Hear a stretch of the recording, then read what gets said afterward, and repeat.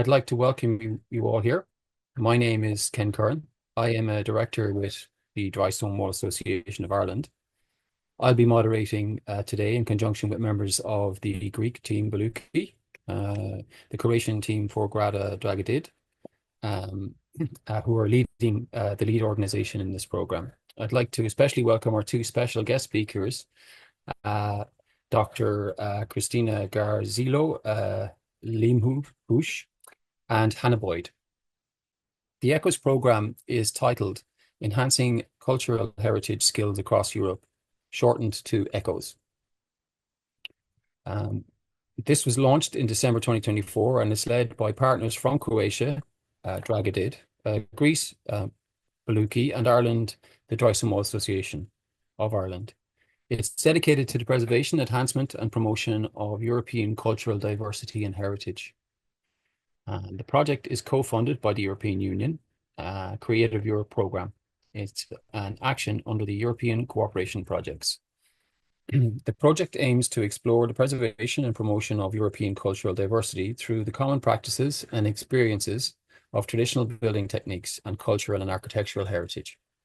Together, we aim to deliver a range of educational and collaborative events focused on building organizational capacity and providing communities with the tools and knowledge needed to document and preserve heritage both through records and in situ.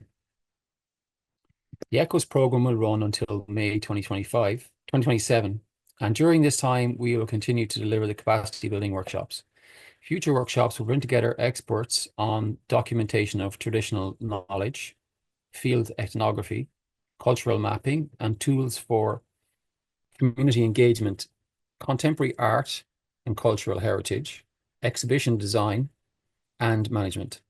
We also co-create 3 twinning activities: a summer school in Croatia this summer, a hands-on workshop in Greece in 2026, and will participate in a capacity building at a cultural festival in Ireland in 2026. This workshop today is the second in a series of 6 online workshops being delivered as part of the ECHOES project. For this workshop, we will explore the theme of heritage and environmental sustainability. During the workshop, our 2 expert speakers with 3 partners and with contributions and questions from our audience yourselves, we will aim to introduce definitions and context on the intersection between cultural heritage and environmental conservation, to expand the discussion on climate crisis and to bring into the conversation its impact on both our tangible and intangible heritage.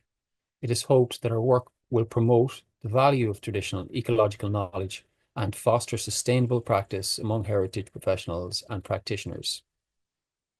Taking a look at today's agenda, we will begin with Echoes from the Field, where partners will introduce their organizations' experiences of working in the field, particularly in the areas of documenting traditional ecological knowledge and harnessing this knowledge to inform the development of sustainable uses of local resources. Then we will explore some vulnerabilities and applications of dry stone construction in mitigating against climate change impacts. Following this, we will introduce our 2 expert speakers and hear about how culture and heritage can inform community resilience and sustainability. Then we will learn about the work of the CHERISH program run by the Discovery program. After our expert speakers, we will have an opportunity to discuss and ask questions on all work we've heard about. At this stage, we invite your participation. The Q&A session today will be facilitated by our project leader, Julia Bakota-Svensvir from Croatia and for DRAGODID. Kicking off with our Echoes from the Field, we'd like to welcome Georgia Kanelopoulou from ECHOES partner Boulouki. Boulouki is a Greek-based interdisciplinary research collaborative whose work is focused on the study of traditional building techniques and materials. The team works mostly in the mountainous regions of Epirus in the northwest and in the Cyclades Islands. They are particularly interested in how traditional building crafts can be combined with contemporary sustainable architectural practices. In 2024, the team received the Europa Nostra Award for its contribution to education, training, and skills. Georgia Kanelopoulou is a collaborator of Boulouki and a geo-environmental engineer specializing in environment and sustainable development of remote and rural areas. She has gained significant experience working on projects combining environmental conservation, cultural and natural heritage interpretation, and sustainable development. She will present to us how to document traditional ecological knowledge as a means to interpret cultural landscapes, and how ecological knowledge can be harnessed nowadays as a source for sustainability and the way we use local resources. Georgia, the floor is yours. Thank you, Ken, for the introduction. Good afternoon, everybody, and thank you for joining us today. I will start my presentation by explaining Boulouki's approach when planning and implementing projects. We focus on experiential and holistic education and hands-on projects that bring meaning and value to the communities. And each project becomes an opportunity to seek and to revive traditional knowledge, bringing together craftsmen, local communities, and a diverse network of people involved in the field. This approach is reflected in the following 4 pillars: research, knowledge sharing, vocational training and hands-on workshops, and of course, public dialogue. The first stage of a project is research, which is based on social anthropology that reflects actually ethnographic field research of traditional knowledge, and qualitative or quantitative research, or both of them, in order to record the knowledge and experience of communities. Research is also based on material science like laboratory testing and characterization of historic building materials. In addition, within architectural studies, we document and analyze historic structures and the recovery of traditional building practices in order to adapt them and meet the modern needs. Regarding knowledge sharing, we organize tours, cultural participatory mapping workshops, and outdoor lectures in order to actively engage the local community and strengthen the dialogue between the different generations. The knowledge generated in this collective way enriches our educational material. Then, intensive training programs and designed for young professionals, craftsmen and engineers who are being trained for 5 to 8 weeks in traditional and sustainable construction. Furthermore, when aiming at a wider audience like students and researchers from the fields of architecture, art, cultural heritage, and environmental science, we design 3 to 12 day workshops. Regarding public dialogue, through an extensive international network, we bring together many different partners, engaging them in discussions and synergies that highlight the importance of traditional knowledge in addressing the complex challenges of the 21st century. Today's presentation is how do we learn from local traditional ecological knowledge, and before diving into this topic, let's explore what is local traditional ecological knowledge. So when referring to local knowledge, we refer to the perceptions, skills, and narratives developed by societies with a long history of interaction with their natural environment. We continue with traditional knowledge, which is the know-how and practices that are developed, maintained, and passed on from generation to generation in a community, which constitute its cultural identity. And finally, ecological knowledge is the understanding of the functions of ecosystems. Putting all the above together, we get a system of knowledge, traditions, and practices that are heavily dependent on place. This knowledge is at the interface between environmental and cultural diversity and can provide information, methods, theory, and practice for sustainable planning and management of natural and cultural heritage.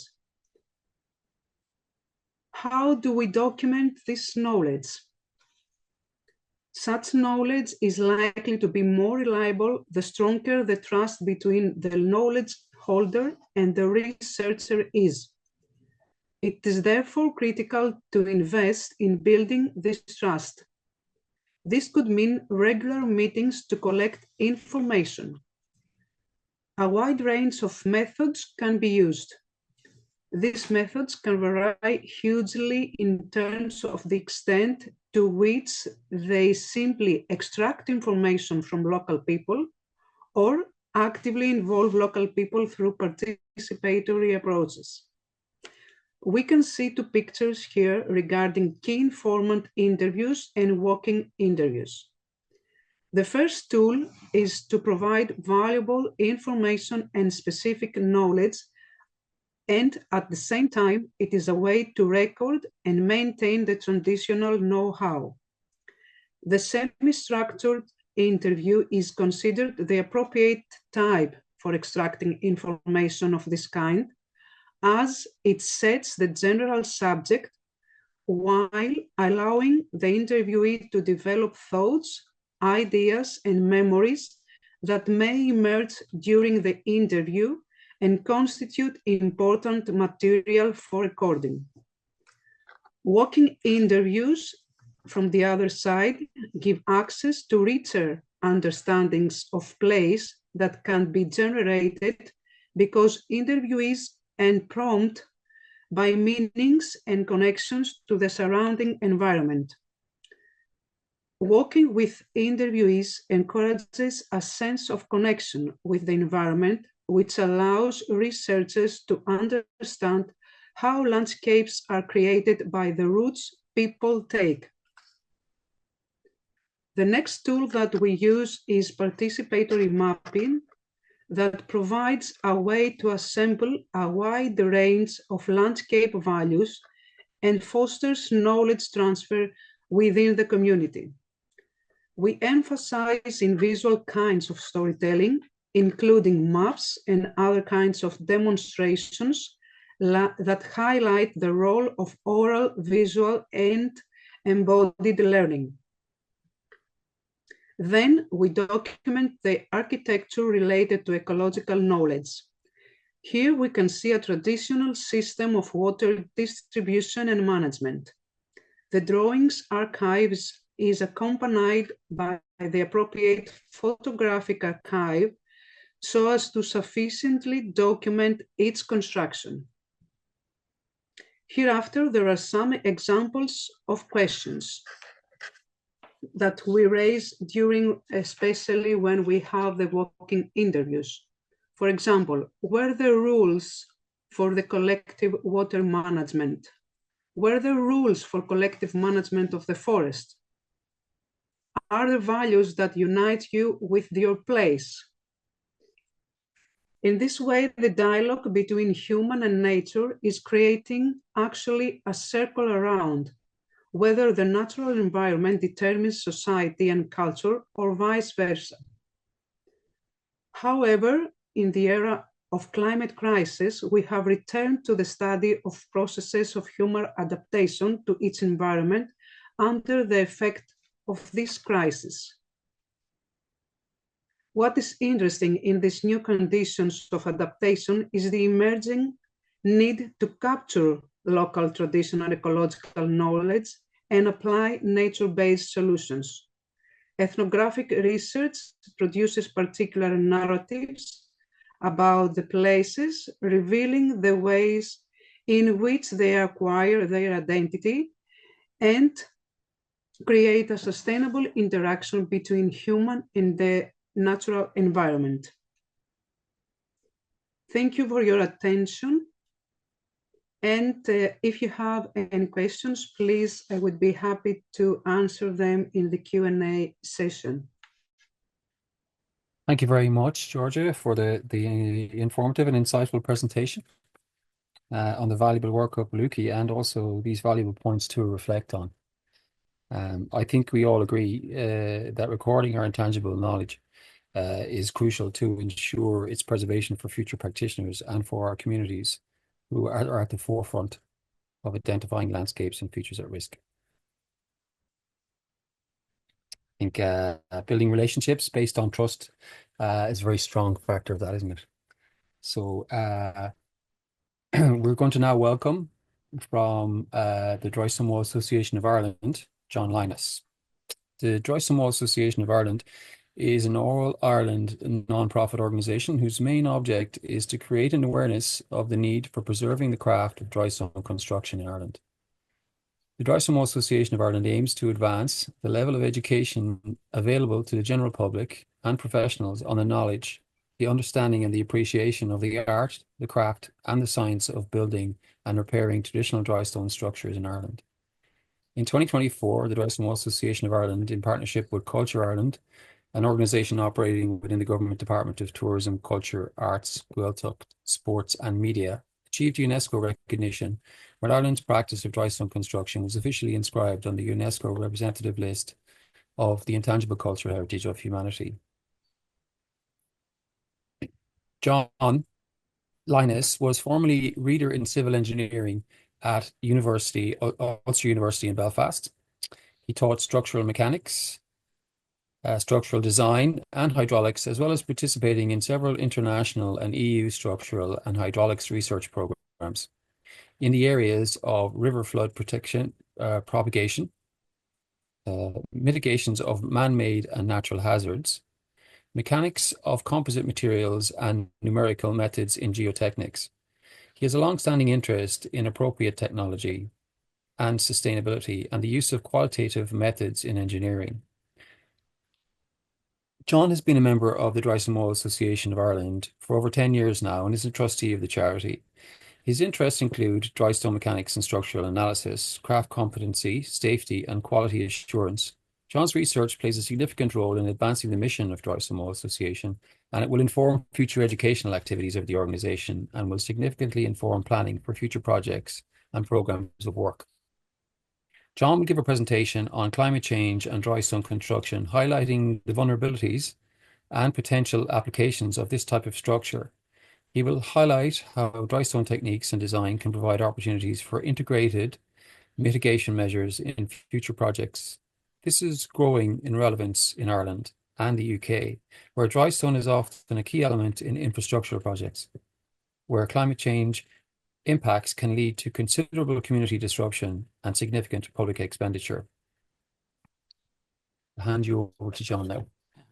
Thank you, Ken. Thank you very much. Hello and good afternoon, everybody. As Ken has said, my background is in structural engineering and civil engineering, though I have worked on several projects to do with ecology and environmentally sensitive structures and so on.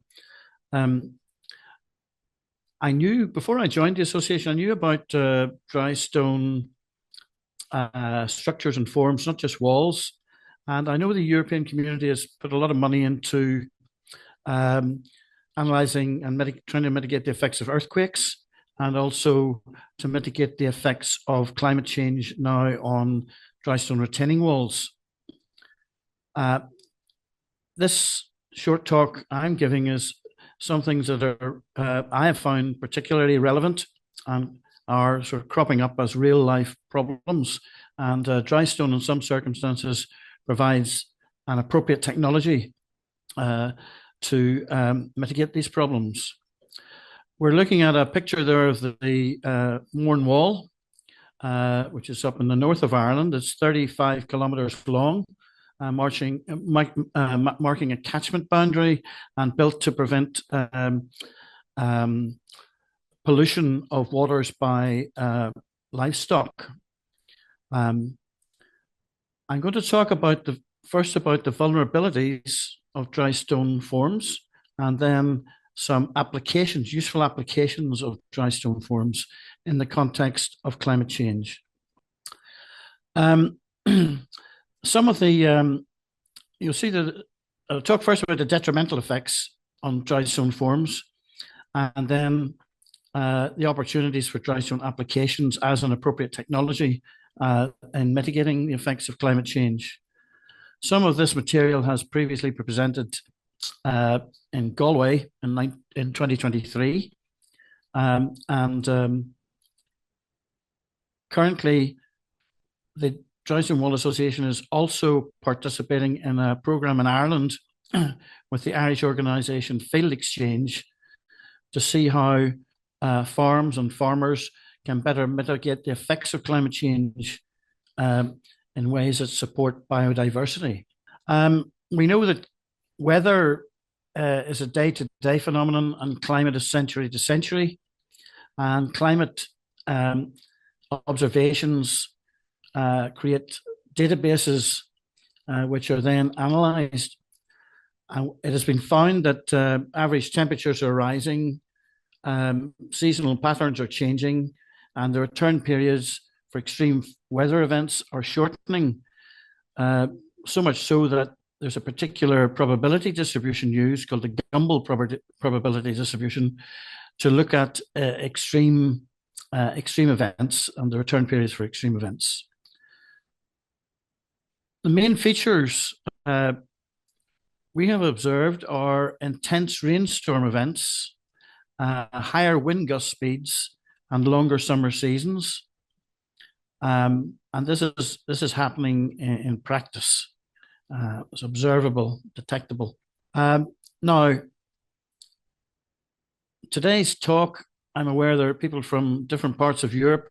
Our climate in Europe is classified as temperate oceanic. I've taken a couple of other examples there. There's a Croatian climate, which is known as a Mediterranean climate, characterized by hot, dry summers and mild winters. And then Greece has 2 or 3 climates, as far as I can make out, Mediterranean on the coast, continental in the north, and also featuring regional rainfall and snowfall and winds that are seasonal and are distinctive at different parts of Greece. So vulnerabilities. The first one is quite topical because we've had an example within the last month here. Wind damage, surprisingly on dry stone structures, and wind damage can be direct and indirect. Perhaps consequential damage would be well known via tree collapse and debris impact. The next feature is the increased probability of retaining wall collapses for agricultural terracing, roadside retaining walls, and building supports due to the long-term saturation of soils, increasing the pressure on walls, and also due to the finding of drainage routes through the soils, the backfill for retaining walls, creating erosion paths. A little thought about one is micro-weathering of stone surfaces. So we have a lot of, say in this part of Ireland here, we have igneous rocks making up stone structures, and the minerals on the surface are in grains, and they have different directional patterns and different conductivities and expansion rates. So we can have breakup of stone surface and surface friction loss. And the number 4, we have freeze-thaw cycles affecting dry stone construction, walls and structures, where the cycling causes spalling of the walls and also mechanical damage to the walls. When we move from just above 0 to below 0, we can increase the volume. There can be a volume increase of nearly 10% with, in some circumstances, with water within dry stone walls. And lastly, one that's starting to be experienced is the vulnerability to invasive plant and animal species. And that will lead eventually to hosting dry stone walls, hosting invasive insects and plant species, which will cause a problem in the future. As an example, I can say that in the north of Scotland, they used to have a problem with a particular insect in summer called the midge, and now they have invasive mosquitoes joining them, which they've never had before. This is, we recently, within the last month, had a month or so, had a storm, which are now all named. And this storm, Owen, caused wind damage to the 34-kilometer long Mourne Wall in several places. That's all. That damage there is due to wind, probably due to displacement of the tops, the capping stone, and then subsequent ingress of water or gusting wind. They've just had a 2-year project maintaining this wall, which was nearly £2 million maintenance program, and this damage is likely to cost about £750,000 to repair over the 33 kilometres. It's a very inaccessible site on the top of this catchment line, so it's a very expensive thing to repair. But that's the effect of one storm. The other vulnerability is retaining wall failure. This is a stepped retaining wall that has failed after a heavy rainfall. Now, a lot of Europe is reliant. The secondary road networks are reliant on dry stone retaining walls, and I know there's been a very large program in France to assess these walls and put in remedial works. And there are now several numerical models available for rapidly assessing the condition of dry stone retaining walls. But it's not only an infrastructural problem in roads and railways, it's also a problem in agricultural terracing, because there are a lot of areas in southern Europe that are very reliant on agricultural terracing. This is a Greek example for agricultural terracing. And what happens is the stone wall, retaining wall, is retaining the soil. The soil fills up with water in interstices, so you have an increased pressure, and then you have the water finding roots through the soil and emerging on the face of the wall and forming channels within the soil behind, and the wall will fail by erosion eventually.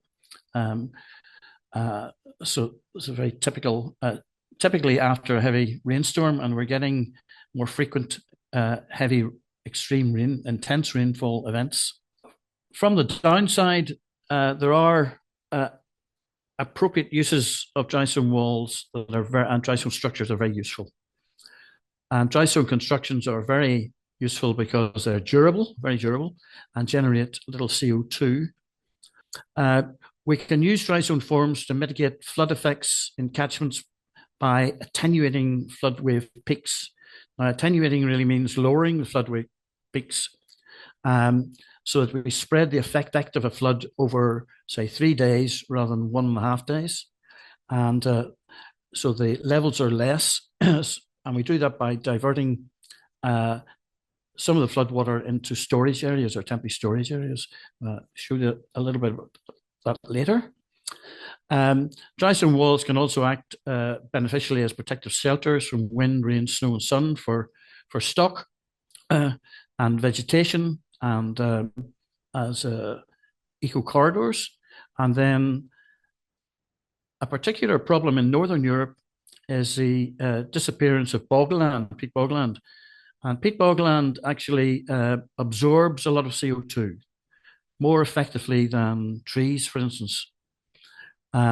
So if we can keep peat bogland in existence, and perhaps even expanding a little, it'll give us two effects. It'll slow down subcatchment outflows in upland areas, and it will also preserve the peat bog and expand the peat bog to contribute to the absorption of CO2. Also, number 5, we can very easily make use of dry stone walls as permeable bunds to provide temporary storage areas in lower catchments to flatten out the peak of floods so that floods do less damage. And another beneficial area of application is in lines of low bunds to slow down overland flood flows from these intense events, which are known as sheet flows, and the dwell time then over the land is longer, which allows greater rainwater infiltration, which increases the productivity of agricultural lands.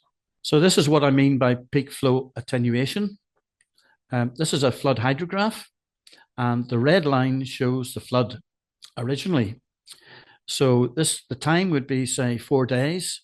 So the blue line is the one I'm referring to first. So you have a very peaky flood. The peak may last, 4 hours, 6 hours. And by putting in these structures to delay the flood or divert water into temporary storage, we can get the attenuated flood hydrograph, which is the red one. So we've spread the flood out over a longer period. We've lowered the peak flow so that the flood is going to do less damage. So it'll slow down the velocities and it'll slow down the depths of the flood. This is a plan making use of a flood detention ponding. And within the red area there's a dry stone construction holding back the water in this temporary storage area. And the berms are the berms that mark the extent of the floodplain, and which would be the usual flooded area. And then by creating a storage area, we're delaying some of the water, quite a lot of the water, and we're minimizing the effect of the flood. Now, in boglands, the idea is it's actually 2 ideas. One is to keep the bogland wet, to encourage the growth of mosses and so on that exist in the bogland. The other one is to delay upland flood flows. Upland flood flows especially tend to be very fast after rainstorm events. And this is done using what looks like a dry stone wall, but it is a dry stone wall, but it's not a weir, it's not a dam as such because it's permeable. So it's strong enough to hold back the water and let water seep through, but it's delaying the water, which is the main idea. So it lessens the peak in upland areas of the flood waves. And also, we know that any major river might have 3 or 4 subcatchments contributing to it. And so if we can do this in each of them, and we would have multiple weirs or bunds, porous bunds. Like this, we can delay the flood. This is an example, alternatively, of rainwater harvesting, which we may have to do in Europe. This is current example from Ethiopia, where low dry stone bunds are put on hillsides to slow down the sheet flow of water after extreme rainfall events. So there's greater dwell time in the slowed down sheet flow. So there's more time for the water to infiltrate into the soil and keep the soil moist and retain water and keep the moisture content of the soil up. This is in this case, very simple bunds, but very effective in maintaining agriculture in semi-arid areas. This is a little summary here. On top left is the use of a dry stone wall to detain floodwaters. Detain, so they're not retained; they're detained for a while and delayed. Top right is one where there's a core like I say, a clay core, where you're actually creating a pond, and there would be some other method for decanting the water out of the temporary storage area. And then at the bottom is diagrammatically showing what's happening in terracing. So you have terracing on a hillside, and you would have water advancing down the hillside and then infiltrating and then passing through a dry stone retaining wall, typically. So the green one refers to a sort of an area of tillage, and then 2 is the backfill, and then 3 is the porous or permeable dry stone wall.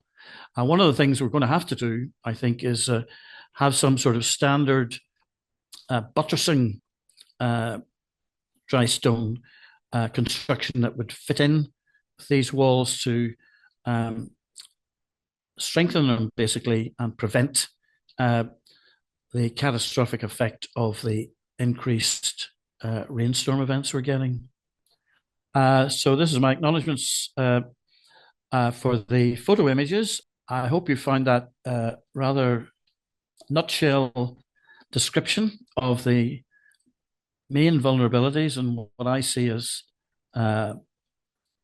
appropriate uses of dry stone and mitigation.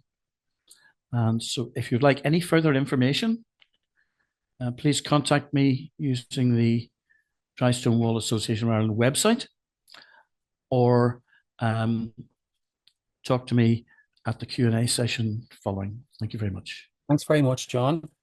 Very interesting there to see the power of nature from Storm Owen, and how incredible it was, really, for maybe what we considered before to be storm-proof. It's no longer the case. So yeah, look, there's a very strong, I think, an important link between your presentation, George's presentation, on recording and preserving the traditional knowledge and skills, because they're essential to be able to build these structures well. So I think thanks very much. We'll now move to our first expert speaker, and welcome Dr. Cristina Garzillo Leemhuis to the floor. Dr. Cristina Garzillo Leemhuis is head of Built Environment, Culture and Heritage at ICLEI. Having more than 20 years of experience working in and for local governments, Cristina is recognized for her work as expert in local sustainability processes, culture and cultural heritage, integrated management and governance, as well as author of numerous publications in the field of local sustainability, knowledge brokerage and transition. Cristina has been appraiser and expert for the URBACT program, the Urban Innovative Actions Initiative, the European Committee of the Regions and United Nations, UNOPS. She is currently member of the European Commission's Expert Group on Culture and Cultural Heritage, member of the Partnership on Culture and Cultural Heritage and Sustainable Tourism of the Urban Agenda for the EU, and the New European Bauhaus Community. Cristina can also draw on a wealth of academic experience gained from her previous role as a contract professor at University of Parma. Today's presentation will examine the role of culture and heritage in shaping climate action and resilience. The session explores how culture and heritage contribute to community resilience and sustainability, emphasizing their role in shaping identity, ensuring continuity, and enabling adaptation during crises. It will present case studies and experiences where cultural heritage has been integrated into sustainable development strategies. The discussion also highlights the under-recognized role of culture and climate mitigation, adaptation, and climate justice, aiming to show how culture can empower cities and civil societies to envision and build a more sustainable future. Pass you over to Cristina now. Thank you, Cristina. Thank you, Kenneth, for giving me the floor.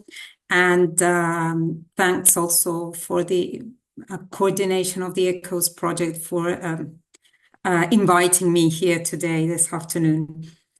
So I will now think that it would be nice to have some kind of interaction in these 40 minutes. So if we can get some discussion. I also have included a link here, but I can explain a little bit better in a while. And in the meantime, I will share my presentation. So, yeah, first of all, I would like, the slides will be made available, but I would like first to introduce a little bit my organization. Kenneth gave lots of information about myself. And this is an organization which is a global network of 2,500, even more local and regional governments that are committed to sustainable development. So our objective is actually to make cities sustainable. And what does this mean? How does it work nowadays in this overall context? You can see here that we are also in 22 offices worldwide. And we follow a kind of framework which is defined by the so-called pathways, which are based on low emission development, on the nature-based development, on equitable and people-centered development, the resilient development, and the circular economy development. It is clear that our work is within these pathways, but at the same time, it's not only about the interconnection of things like the nature, the housing, the jobs, but it also is about how people are thinking and the interconnections among these. You can see here a bit of an overview of the offices. My basis is in Freiburg in Germany. And the World Secretariat is based in Bonn, but you can see that we have Secretariat and country and project offices all around the world. So as I said, my focus is mainly in Europe, so cities, but also villages and also small towns in Europe.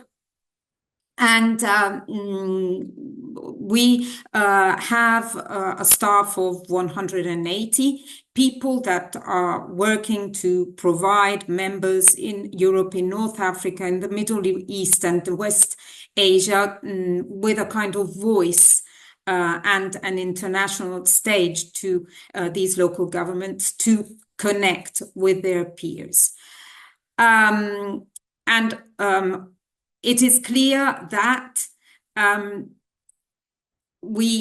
the cities, you can see them here, don't exist by themselves and in some kind of ideal map, like they're not only dots, but they are part of bigger systems. The urban system is a kind of thinking system, thinking, learning, communicating, coordinating, innovating, and so on. So we need to talk to many stakeholders, not just the experts and the policy making. And here you can see a bit of some targets of some of our member cities, from Lisbon, Bologna, and Ljubljana in Slovenia. I was seeing also in the chat that there are also participants from Slovenia. And this requires also working with the European institutions, as you can imagine. And so we have kind of relationships and collaborations with the Commission, the Parliaments, the Committee of the Regions, but also the European Bank for Reconstruction and Development and various agencies of the Commission, including the European Environment Agency. Here are the strands of work that you can see in the slides, of course, always in reference to the pathways that I was referring to before. And as you can see, there is specifically a topic on a built environment, culture, and heritage. And this is just to conclude a little bit of all the initiatives in which we are involved, which concern the built environment, culture, but also all the environmental and the climatic side of things. Now, what is and how do culture and heritage come in the game? It is clear that we need to talk on deeper levels of value, not only the technical, not only the economic, but also the, let's say, the spiritual, the psychological, the cultural imagination. So it's not only about road and buildings, but cities, in this case, in this perspective, are full of hopes and dreams and pain and joy and love and hate. So this is what we need to consider. And here is, in this field, our strategic involvement, which refers, for example, to the Nebula, which was launched within the scope of the Built for People to establish a network of innovation clusters across Europe. But we are involved in the urban agenda for the EU. There, as you know, this is a kind of multi-level working method promoted between the member states, the cities, even small cities, and the European Commission, plus other stakeholders, to stimulate livability and innovation in the cities of Europe. And in this case, we were involved in a partnership on culture and cultural heritage, but also on sustainable tourism. And very important, we are part, which goes in the direction of our talk today, the Climate Heritage Network, which is a network that seeks to scale up culture-based climate action and make climate policy people-centered through coordination and cooperation among its members. Now, what is our vision? We seek to contribute to the preservation of the traditional culture and also the economic, but the cultural diversity of cities, appreciating this architecture and heritage value of the built environment and the open spaces through these kind of strands, different strands of activities, the culture, the creativity, and the place-based change, and we will see what it means. Also, the heritage as part to a transition to a circular city, and the resilience in the culture historic area, which are increasingly at risk, and also an attention to cultural tourism, which is respectful, sustainable, and sustains livability rather than threatening it. We actually want to be experts in heritage, culture, climate change, and resilience today. So perhaps the Google Drive I shared, if you can all access it, you can work on it on your own time, and we can have perhaps a chance to discuss in the question and answer session later on. The idea is to put a bit of comments here, and then other people can see them, and then they can respond to your comments as well, and so on. So this is the basic idea. It's a simple, very simple Google document. So it is about what challenges you see at the intersection of culture, cultural heritage, and climate change. And you can fill in these little clouds that I've included, and also add more if it's needed. But also, if you have any idea on how cultural heritage can be counted on to help adapt to and mitigate climate change. So what do culture and heritage, you think, have to offer in the process of building a city or a cultural landscape's resilience? So yeah, have a look while we talk, and fill in with some thoughts as soon as you manage. But now, while I can continue talking at the same time and go a bit more into the topic of today, which is policies to drive local climate action from the cultural and the heritage perspective. What I'm going to start to say is something quite obvious, that the world remains dangerously off track to meeting its climate targets. And many say that humanity will adjust to its new circumstances, just as it has adjusted to extreme changes in ancient time. But there is a but. The record of history shows a little bit that this is an illusion, because climate change does not come in, let's say, gentle, easy stages, but it is abrupt. It comes in sudden shifts from one regime to another. And these shifts, the direction of these shifts is beyond our control. So optimists say that we will adapt comfortably.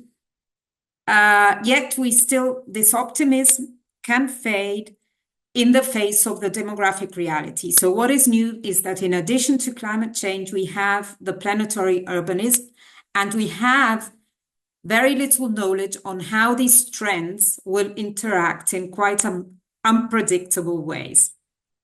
Now, local governments are very much concerned about this. Already in the Conference of Parties, the 28 and the 29 recognized the importance of the multi-level action and the role of local and subnational governments in advancing global climate action. And in this sense, ICLEI is also the focal point of the local government and municipal authorities constituencies, which is composed by cities, towns, and counties and territories. What is important is here to align climate, nature, pollution, and sustainable development agendas through stronger interactions between, for example, the mitigation, the adaptation, the resilience, the nature-based solutions, the food security, the land degradation, the biodiversity, and of course, the culture. In this sense, a new cultural framework is crucial to address environmental and governance challenges we face nowadays.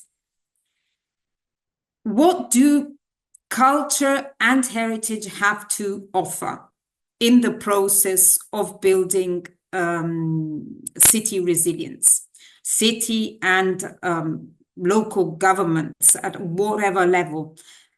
This link between, let's say, the climate, the resilience, and the heritage has been acknowledged in the last perhaps 15 years, recently with the ICOMOS 2019, The Future of Our Past. Then we had the European Cultural Heritage Green Paper, which was produced by Europa Nostra. There was also an open method of coordination report called Strengthening Cultural Heritage Resilience for Climate Change. And of course, the work of the Climate Heritage Network. And Ηannah is also putting some link, but I will also support her with adding links on these references that I'm making. And recently also for the past COP preparations, it was noted the unprecedented rise in the frequency and the scale of extreme climatic events, And for the first time, it was welcomed the inclusion of the culture and the cultural heritage. So the fact that the damage to tangible and intangible cultural heritage was very clearly identified, and then it was included in the protection of cultural heritage in the framework for the global climate resilience. So here I have put a little synthesis on how culture, arts, and heritage can help. And first of all, they can help us to, let's say, have new eyes. And this is a kind of the real discovery, not seeing new landscapes, but let's say having new eyes, Proust was saying, to empower people to imagine and realize low carbon, just, and climate resilient urban areas, also as it is announced by the Climate Heritage Network. Also, culture, arts, and heritage can help us mediating. Georgia was referring before to the trust, so regenerating the trust. And in this sense, museums, libraries, theaters, concert halls, and heritage sites are institutions that can have the power to build and regenerate trust and transform the people mindset that then can, so let's say, transform the world. So this green and climatic transition will happen only when it will be socially and culturally accepted. Also, culture, arts, and heritage can talk back when we have lost the capacity to understand technocratic forms of modeling. We have many targets, we have many indicators, but they can capture and generate and embrace emotions, surprise, harmony, and also, let's say, contradictions, which are typical of real life. So it's clear that the heritage communities, the cities, the regional and national heritage administrators and organizations and professionals need to understand the role of climate change and resilience in their heritage work. But at the same time, the climate scientists and the policymakers, the climate change professionals need also to explore how the collaboration with the heritage sector can deepen the impact of their work.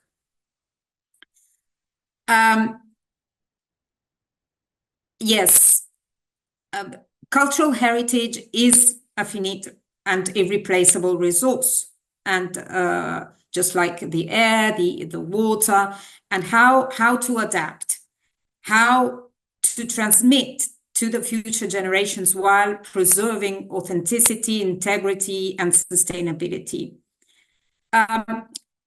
We, within the European Heritage Hub project that I'll show you in a while, we had last year a forum in Venice to demonstrate the negative consequences of pursuing climate action in urban and rural areas without the necessary and adequate contribution of culture and cultural heritage. And we saw really many solutions in Venice to minimize the acqua alta, the saline imbibition of the buildings, how to increase the hydraulic protections. But it's also about how this heritage supports and builds the resilience of the communities against the threats of climate change and preserving the identity and improving somehow the psychological well-being and healing of vulnerable and fragile communities. And this slide is taken from a project called Rescue Me, which equips, let's say, communities of cultural landscapes. We were seeing cultural landscapes before, especially those in coastal areas, with approaches, knowledge, and tools for protecting their heritage.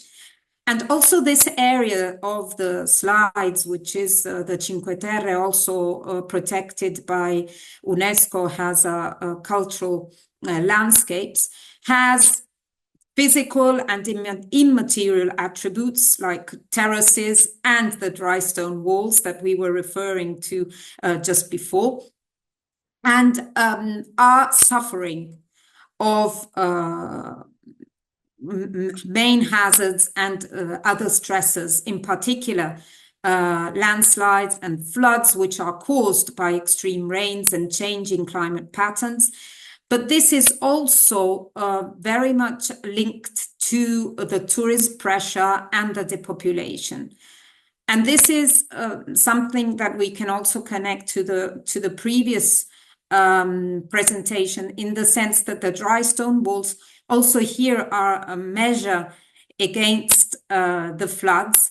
The problem is that the abandonment of such areas creates a lack of maintenance and increases the vulnerability.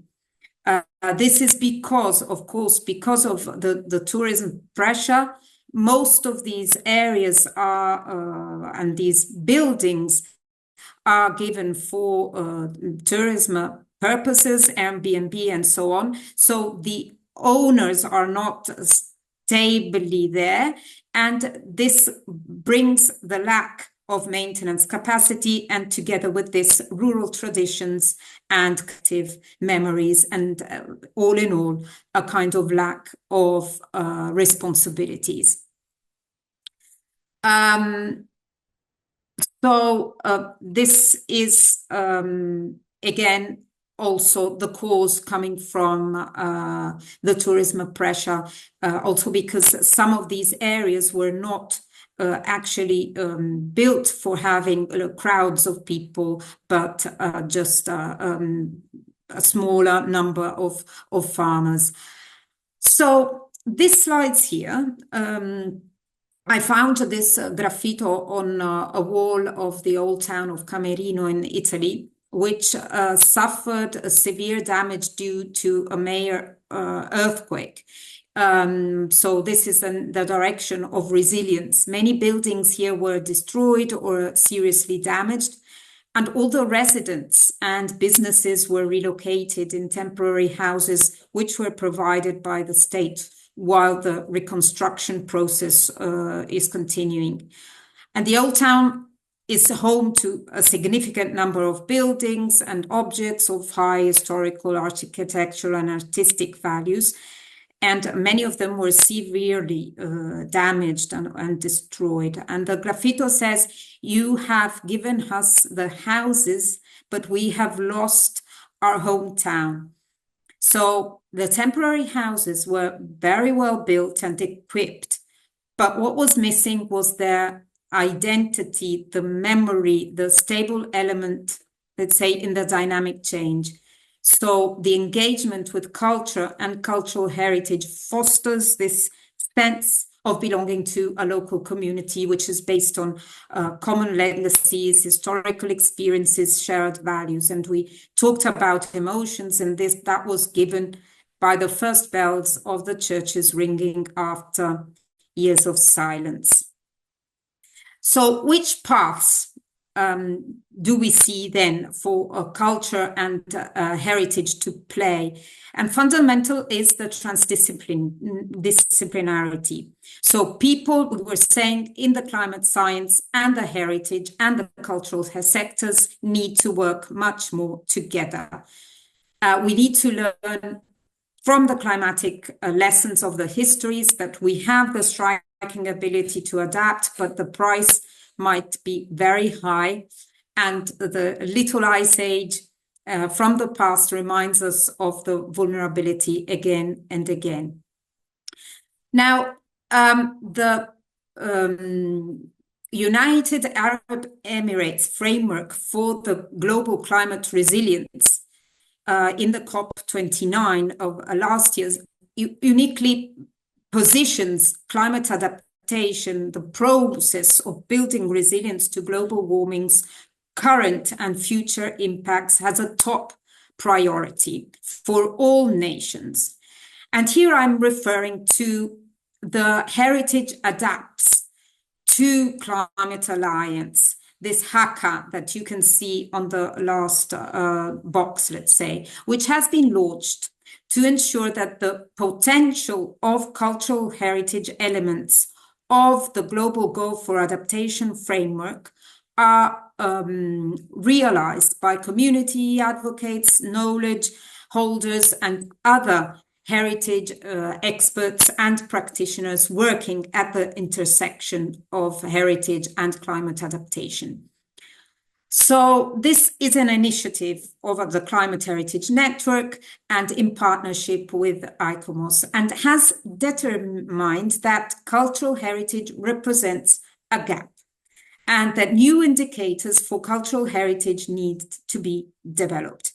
And on these indicators, we can work in a while. Just to share with you that with Venice and Dubai, the forum I was referring to previously, and the COP in Dubai, the group of friends of culture-based climate action was launched and had the aim to consider workshops and to advocate for workshops and sessions at the next conference of the parties. I was referring to this European Heritage Hub project because it uses the concept of the triple transformation, has a kind of overarching theme for all its activities. And it frames the highlights in 3 strands of transformative change: the green, the digital, and the social. So in this sense, cultural heritage is not really a sector, or not just a sector, but it acts as a vector that intersects with triple transformation in a variety of ways.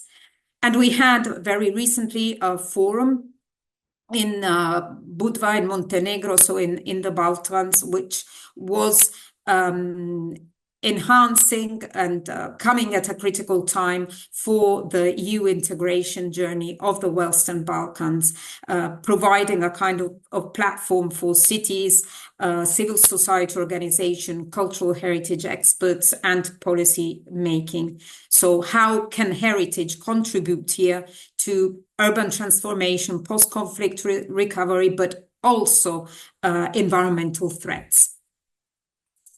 Another element and initiative that can bring together the heritage, and we have analyzed very many cases together, is the New European Bauhaus. I'm sure that you have heard about this initiative, and it is indeed a community and a place-based issue. So how can we get the people working together in a loop? And then there is also the policy issue, which is how do we build this into our local governments and into our city councils' way of working, really how they work. Some things suited a city or a town 100 years ago. Now we need to move on, and we need to understand how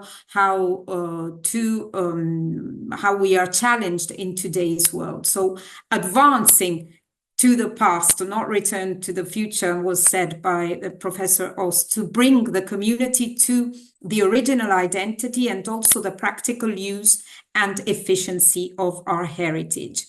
We worked, for example, with 20 projects willing to increase their ambitions. These were very little and small projects in which the element of the environmental element was very much linked to the heritage element.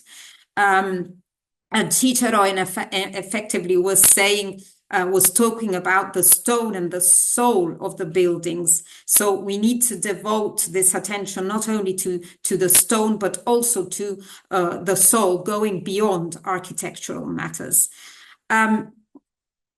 What do we do? Do we demolish that old factories, what do the people around that factory want? They want actually the quality of life. They want to be included in the loop. And it's about very much the participation, people learning, the governments learning from the people learning from the experts, the experts learning from the people. This is the basic principles. And here you can see a bit how we were going around old heritage buildings in the perspective of the European Bauhaus. And this is, for example, one of the former textile school buildings that have been renovated and reused to honor the artist Cristo. We developed a kind of toolbox in this framework, but I don't want now to focus too much on this. Going in the direction of the adaptive reuse of cultural heritage, here are again some buildings that have been reused and not teared down from taking care of what the local population was wanting, because they were actually thinking, what type of building do we want to be ours? How actually to find it, how to rethink it, if not starting from what is dear to us. And the reason for these heritage, in this case, in these Swedish examples of old factories, lies in its community, in the centrality it occupies in the lives and in the thoughts of those who feel it is important. So any discourse on cultural heritage is a discourse on the community around them. And it is clear here that abandoned or underused sites and buildings are somehow ill, they suffer, but this trust between the expert, the owners, and the heritage communities concerning the life of the heritage asset is actually fundamental.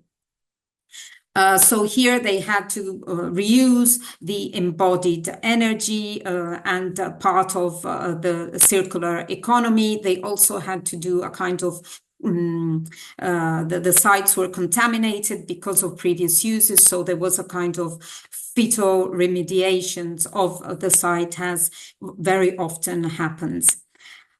Here there are other examples of the reuse of cultural heritage spaces through, for example, nature-based solutions. This is another project called ROC, which aimed to transform the university area in the historical city of Bologna into a sustainable cultural and creative district, and was mitigating social conflicts, attracting visitors and tourists, entrepreneurs, and also private investments. Usually this square was used for parking, and now it, with the collaboration of many stakeholders, and started off by students of the university, because this is a university area, there was this kind of installation with a green lawn designed and built by the students. The aspect I would like to focus a little bit on is also the one on cultural tourism. So how this is also becoming a kind of a complex phenomenon with political, social, economic, and environmental dimensions, and the achievement of a beneficial interaction between conflicting needs entails clearly many opportunities, but also many risks. And if not managed properly, cultural tourism can easily generate negative environmental, social, and cultural impacts. I wish you were not here, says one of these posters. And the global, the general emerging trends can go also through rural co-living. There are very experienced type of trends on the sensorial heritage, contemporary meaning of heritage, or spiritual with the pilgrimage routes, or the nature, the industrial heritage experiences. And these could be linked also to the cultural landscapes that were shown also before. And very close in Larnaca, we also had developed a Beyond Tourism Manifesto, which was adopted, calling for a kind of fundamental shift in the cultural tourism. So moving away from the mass tourism model that extracts values from destinations and envisions a new paradigm which places culture, heritage, and local community at the heart of the tourist development. And you were seeing also some slides of Larnaca in Cyprus, which has this long, colorful and rich history and heritage, and also created a label for tourism businesses and local authorities to implement specific ecological, energy, water, and waste management measures, such as the consumerless label.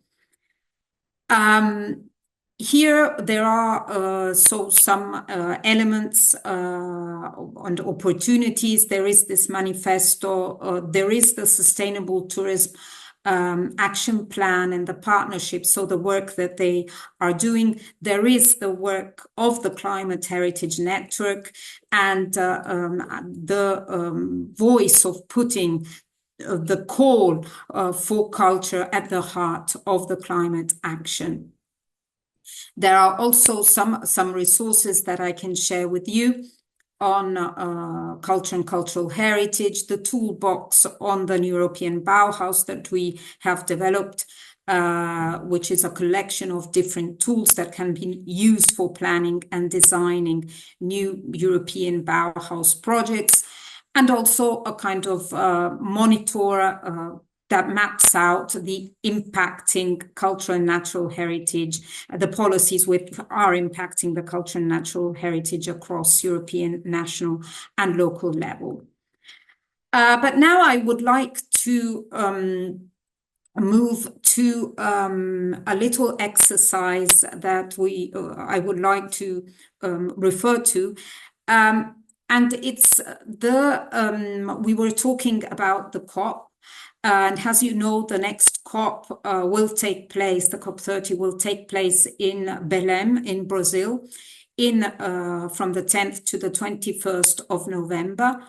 And the UNFCCC, the United Nations Framework Convention on Climate Change, seeks information on existing and possible new indicators for measuring progress towards 7 thematic targets of the global goal for adaptation, including protection of cultural heritage from the impacts of climate-related risks by developing adaptive strategies for preserving cultural practices and heritage sites.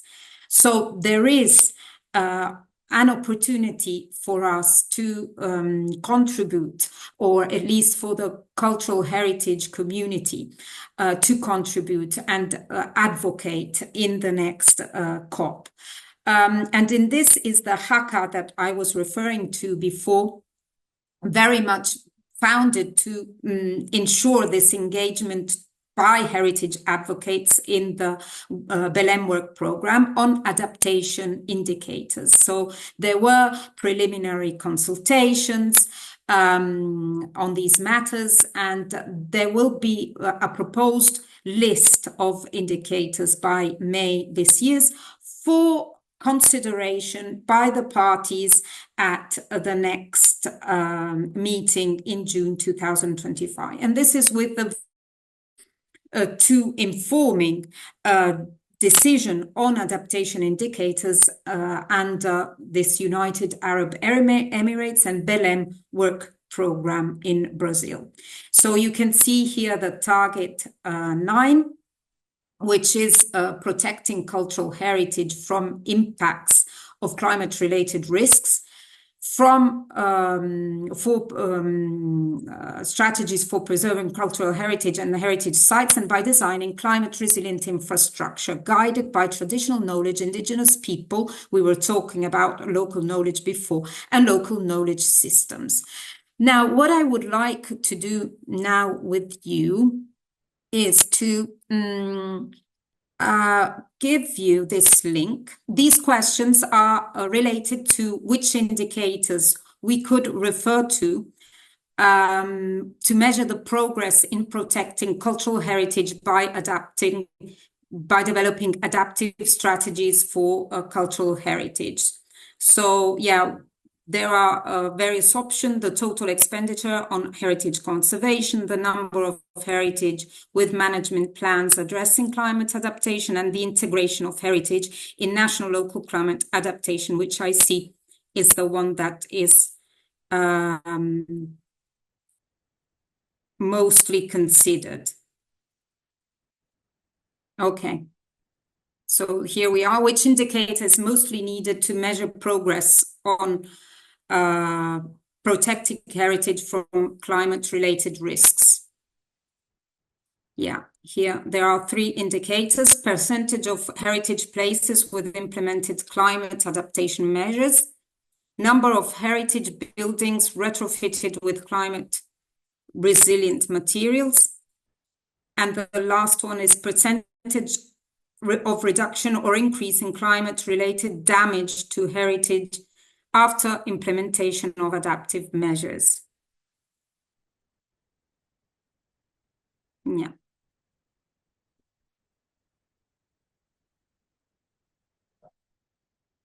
Thank you. So the third one seems the most appreciated. The percentage of reduction or increase in the damage.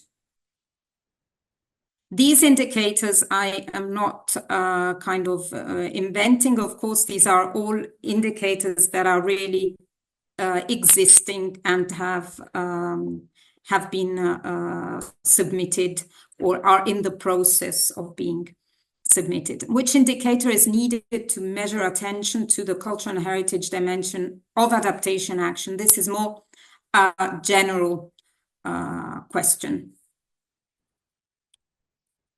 In the culture and heritage in general. So one option could be restrictions in cultural practices in light of climate actions, number of international collaboration on climate adaptation, and number of awareness programs conducted on climate risks to cultural heritage.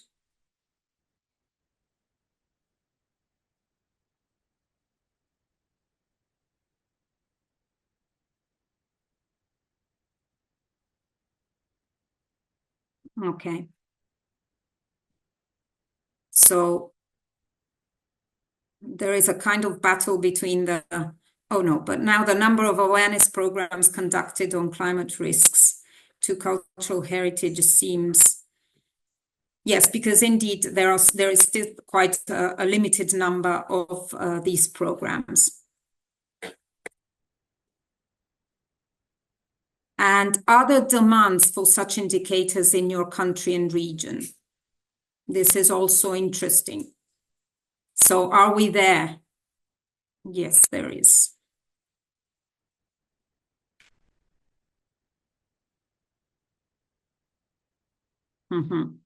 But also the knowledge and the awareness is not clear. So mostly are the I don't know. Okay. This is also an indicator itself. And finally, did you all vote? No, not yet. Who needs such indicators? This is more an open question. So which type of stakeholders would you think? Is it more at the ministry level? Is it heritage practitioners? Is it more at the local level, agencies, research, policymakers, heritage sites and landscapes, local communities, heritage practitioners and policymakers, government and local authorities.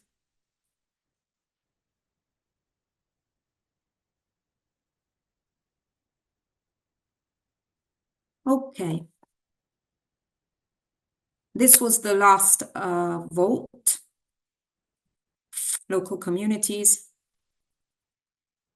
local and regional. Okay. Thanks a lot for your help here. And I also saw that you filled in the Google Drive document, so I thank you. Thank you very much, Cristina. Fascinating, very informative look at heritage and the creation of sustainable community resilience.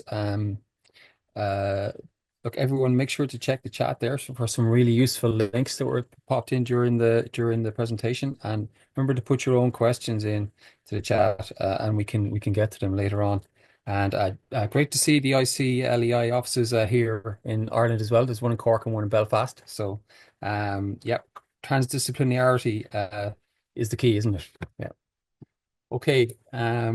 So we're now going to welcome Ηannah Boyd of the Discovery Programme. Ηannah is a climate heritage professional whose career has encompassed both climate change adaptation and mitigation, with a focus on community engagement. In the CHERISH project, Ηannah led outreach activities as the survey and outreach officer based at the Royal Commission on the Ancient and Historic Monuments of Wales. This role focused on engaging communities and communicating climate change in relation to heritage at risk.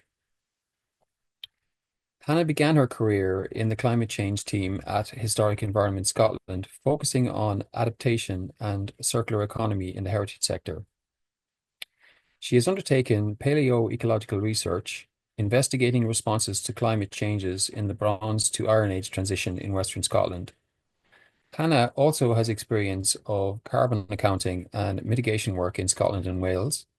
In her current role at the Discovery Programme, Ηannah has been part of the team undertaking stakeholder engagement for Ireland's climate change sectorial adaptation plan.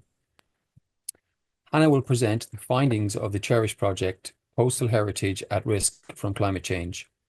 CHERISH, Climate, Heritage and Environments of Reefs, Islands and Headlands, was a 6-year Ireland-Wales project which ran from 2017 to 2023 and was funded by the EU. It brought together 4 partners from 2 nations, the Royal Commission on the Ancient and Historical Monuments of Wales, the Discovery Programme, Centre for Archaeological and Innovation Ireland, Aberystwyth University, the Department of Geography and Earth Sciences and Geological Survey Ireland. The cross-disciplinary project researched on land, the intertidal zone, and at sea to understand the past, present and near future impacts of climate change. Outputs from the project included a publication on techniques and methodologies used by the CHERISH team, enhanced historic environment data and paleoecological data on digital models of sites. This talk will focus on those methodologies and some of the continuing outputs from the project. I'll now hand you over to Ηannah. That's great. Thank you, Kenneth. Thank you so much to the ECHOES project for inviting me to come and speak today. It's really lovely to get the chance to come and speak to you about another European project that's now finished. So yeah, so I'm Ηannah Boyd. I work for the Discovery Programme as the Outreach and Communications Officer. But as you might have clocked there, I was working on the CHERISH project from the other side of the water. So I worked there as the Survey and Outreach Officer for the Royal Commission on the Ancient and Historic Monuments of Wales, which was the lead project partner in this project. So today I'm just going to talk to you a little bit about the CHERISH project, as well as then some ongoing climate heritage work that's going on the island of Ireland. So what was the CHERISH project? As Kenneth said, CHERISH stands for Climate, Heritage and Environments of Reefs, Islands and Headlands, making that rather lovely acronym CHERISH. It ran from 2017 to 2023 and was funded by the EU. It was basically looking at sites that were impacted by climate change. So what we were trying to do was create baseline data and monitoring. We looked at a range of site types around the coasts of Ireland and Wales. So there was no specific period that we were looking at, but we were just interested in finding out what was out there, recording it, understanding it, and talking to people about it. As you can see, it ran from 2017 to 2023. So over that time, there was some change in the kind of conversations that were going on around climate change and the way that was being responded to by the public and by policymakers. So as I said, it was funded by the European Regional Development Fund through the Ireland-Wales Cooperation Programme. That was because when this project was started, Wales was still part of the European Union. So this was a fantastic EU project. It involved those two nations and within them 4 project partners. So we had on the Irish side ourselves the Discovery Programme and the Geological Survey of Ireland. And on the Welsh side, Aberystwyth University and the Royal Commission on the Ancient and Historic Monuments of Wales, who were the lead project partner.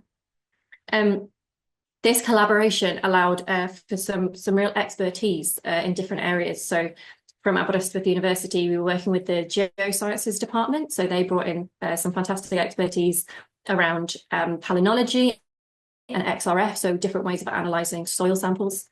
The Geological Survey of Ireland had expertise in bathymetry and allowed us to do more survey underwater.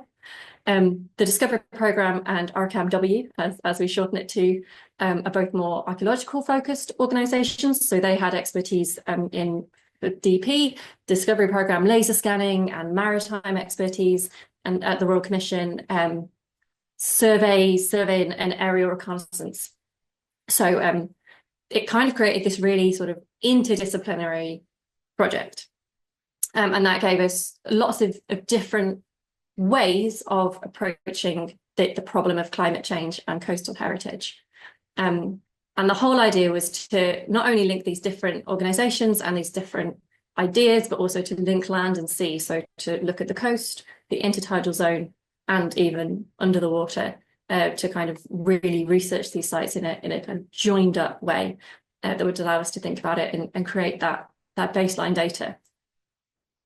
So that's a little bit of the background of the project. But why did we do it? Why did we start this in the first place? My colleagues before us have mentioned some of these issues of climate change and what's really going on. Obviously, many of you on this call are from different parts of Europe. So we're all experiencing slightly different challenges in climate change. I'll talk a little bit about what we're experiencing in Ireland and Wales in a minute. One of these first ones is this global rise in temperatures, which we've already seen a 1 degree rise, and we're going to see some more. That's causing sea levels to rise, and that's impacting on basically all aspects of cultural heritage, particularly damaging as things like storm surges.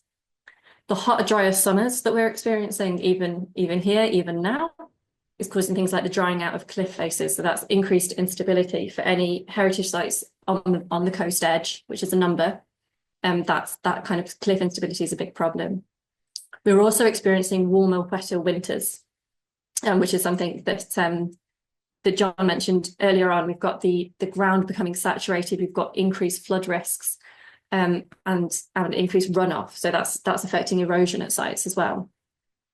And finally, this kind of ongoing big issue of more frequent extreme weather events.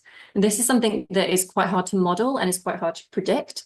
We've got that kind of increasing number, but what's actually going to happen in each of those extreme events isn't always clear. But what we've got going on there is things like more turbulent seas affecting shipwrecks, erosion, and in some cases quite catastrophic loss of cliff edges. So that's a little bit about why we did it. Here's a thought on where we did it. And just to note, these lovely illustrations that I'm putting up, these were done for the CHERISH project by a Welsh illustrator called Cerys Tate. throughout the project, a really key part of what CHERISH was trying to do was to talk to people in the sector, to other archaeologists, people out with the sector who were researchers, and also to local people and people who were not expert in archaeology, but certainly expert in their local heritage and in their feelings towards it and in their local knowledge of it. So things like these illustrations were done very early on in the project and were kind of key to how we presented our data, which in some cases was very techie data or very could be quite challenging, but you can always find ways of presenting that in a way that somebody can understand. So I'll talk a little bit more about that later on. But here I'm showing you the where, and that was we each chose areas of the coast of Ireland and the coast of Wales where we had key sites that we knew were going to be needing some research, needing some monitoring. So often it was sites that were particularly vulnerable or national monuments particularly known about. So largely we were working in those kind of research areas. So that's the why and the where. Now I'll talk to you a little bit about how we went about doing this, how we went about researching these disparate sites.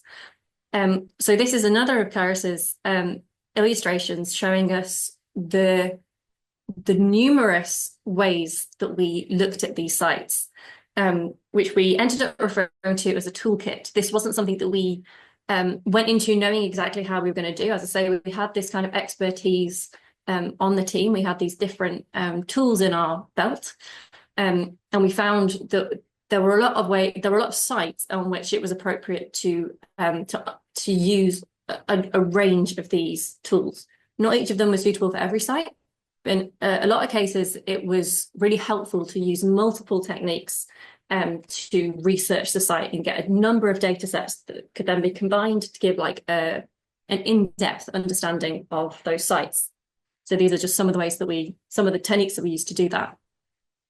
And that toolkit was ultimately released as a publication, this lovely Sharing Our Practice publication. And you can see there on the right, what we created was something that was designed to be useful to a range of people. So we wanted it to be usable and helpful to a number of different audiences, to kind of as wide an audience as possible. The idea of the publication was that it would support decision making. So as well as just sharing what we did and how we went about it, how we went about researching coastal sites at risk, we wanted it to be a way of presenting appropriate methods for other people looking into it. So that might be other researchers, or it might be community groups. And that's why we sort of ended up with this color coding scheme, these tables and dots. This was to show the appropriateness of different techniques, the challenge involved in different techniques, and also the funding or the cost involved in different techniques. So here you can see this particular page is showing the different hazards and impacts of climate change and what methods might be useful for researching them. This page is showing the technique of, in this example, desk-based assessment and how challenging it might be to use. So for example, for a community group, this page is suggesting that the data collection aspect of desk-based assessment would be easier, as the difficulty would be medium or low, but actually interpreting that data would be quite challenging. So maybe you would need to seek out professional assistance for that. So I'm going to run through a couple of case studies now, just to bring together those all those different techniques. I've talked a lot about all these different things we did in all these different places with all these different people. So just to bring that down into a couple of case studies, one from Ireland and one from Wales. This one is from Ireland. This is Tunberg Promontory Fort in County Kerry. So that's in the southwest of Ireland. It's on the Atlantic coast. It's quite an exposed site. It's a national monument and an important site. It's the one that we were always monitoring. This site was recorded in 2017, and in the winter of 2017, it suffered a catastrophic cliff collapse in Storm Ophelia, which is one of the named weather events that become increasingly common, as was mentioned earlier. Although that was obviously somewhat devastating for this site, the silver lining was that it had been recorded by the CHERISH project ahead of that happening.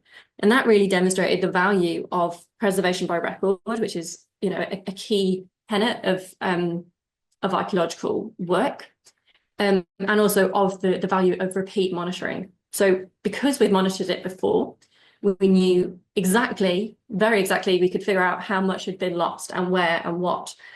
And there's a great value to that. So this main image that you're seeing on this page, that's a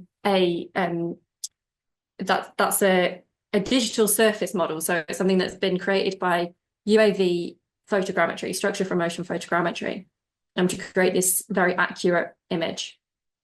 So this is one of the ways, one of our toolkit approaches of UAV survey to create those kind of models. We can also use UAV survey just to take oblique pictures like this, so a more landscape shot, and that's also very useful for understanding the context that a site is in and see it in its setting. We also, as well as these more kind of technical approaches, you know, use traditional archaeological research methods, such as desk-based assessment. So going back to historic maps and understanding what sites have looked like through time is, you know, a time-honoured method of looking into sites, and certainly still a very valuable one. So from that kind of that kind of suite of research methods, we were able to create things like this. So this is showing what it looked like in April of 2018, June of 2017, and back in 1898, a map from the Royal Irish Academy. And from these three data sets, you can see there on the bottom right, we've got the line of the coast as it has changed through time. So the green line is showing how the coast would have looked in 1898, according to this plan. The level, the amount of retreat in the cliff from there until 2017, and then that cliff collapse that happened in Storm Ophelia into 2018. So we can see the effects of erosion there through time. Obviously, some of that erosion, these are just natural processes that are being exacerbated by climatic change. So throughout that period, there will have been human-induced climate change going on. And now we're seeing that accelerating, and the effects of that accelerating as well. So just before I go on to that, to the next case study, I just thought I'd chat a little bit more about what we do when we're faced with these sites that we know from this research are at risk. Managing coastal sites at risk is a challenge there. So one thing that often comes up is that holding the line or managed retreat. As part of that, something that's often kind of brought into the mix is the idea of relocating sites. This is one that has been done successfully in some cases. There's an interesting example from Scotland, the SCAPE project, Scottish Archaeology and the Problem of Erosion, moved a burnt mound in Orkney with the community, excavated and relocated. That was an interesting example because it was done really in collaboration with the community. It was a real learning opportunity. And I think that's one that could be seen as a real success story. But often we know that relocation isn't the most appropriate way forward. It can only obviously involves excavation of the monument and removing it from its landscape context, which is often where a monument can gain its value. The other topic that often comes up in relation to this is hard engineering solutions, such as seawalls. It should be noted that once those come in, they're expensive, they need maintaining. And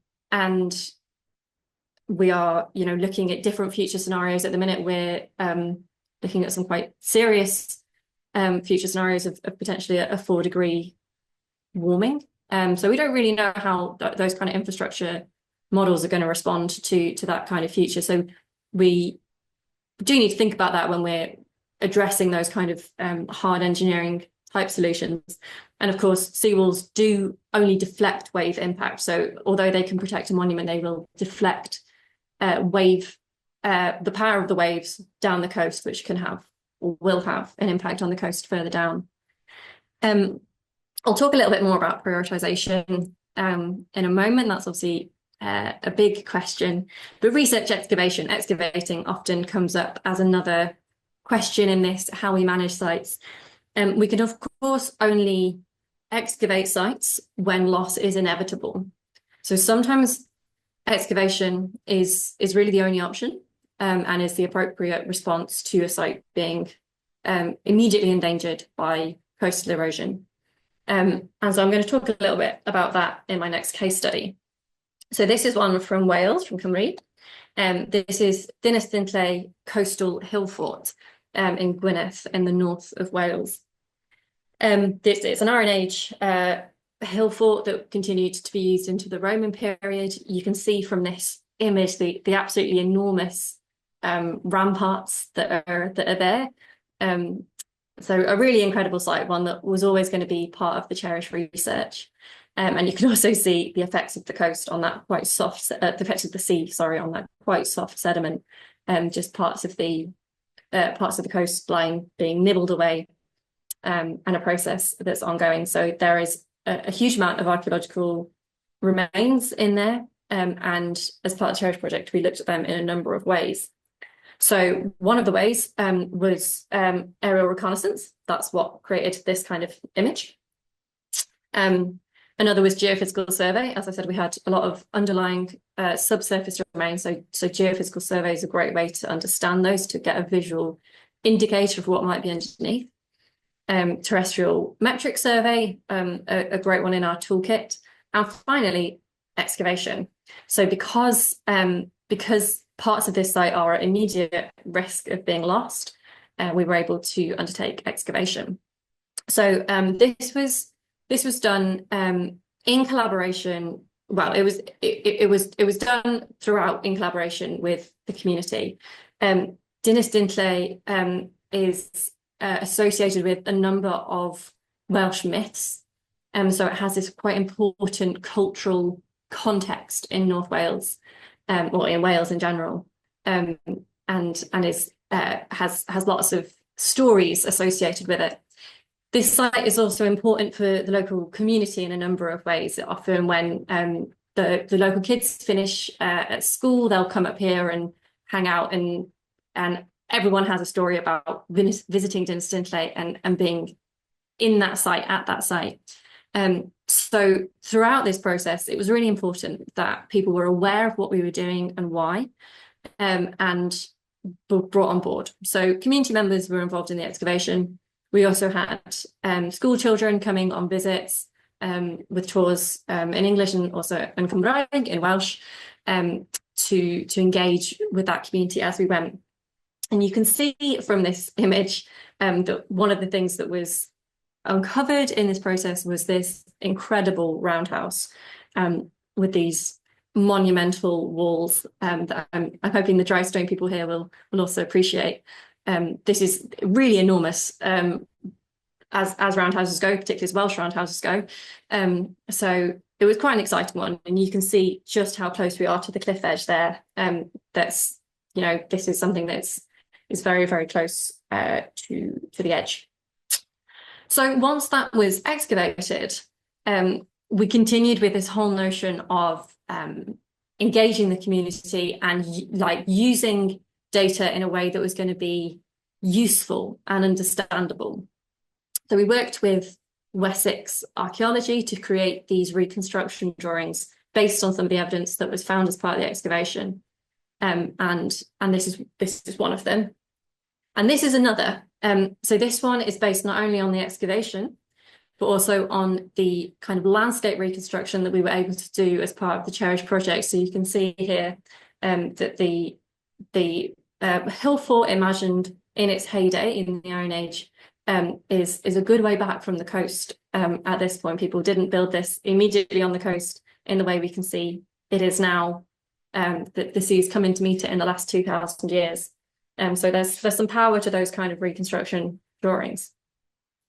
As part of that, we also created a small animation video that I'm hoping is going to work. So I'm actually going to play it for you now. It's 4 minutes long, but hopefully will tell the story of Dynasty ICLEI and some of the research that came out from the CHERISH project and was then shared in this way. So, for example, you'll see later on in this video things like the sand inundation and the historic change in climate. And there was evidence for that in some of our soil samples that were taken and also from the excavation as well. So it's things like those interesting parts of the story that historic climate change and prehistoric climate change that can be drawn out by projects like this. So let's see if this works.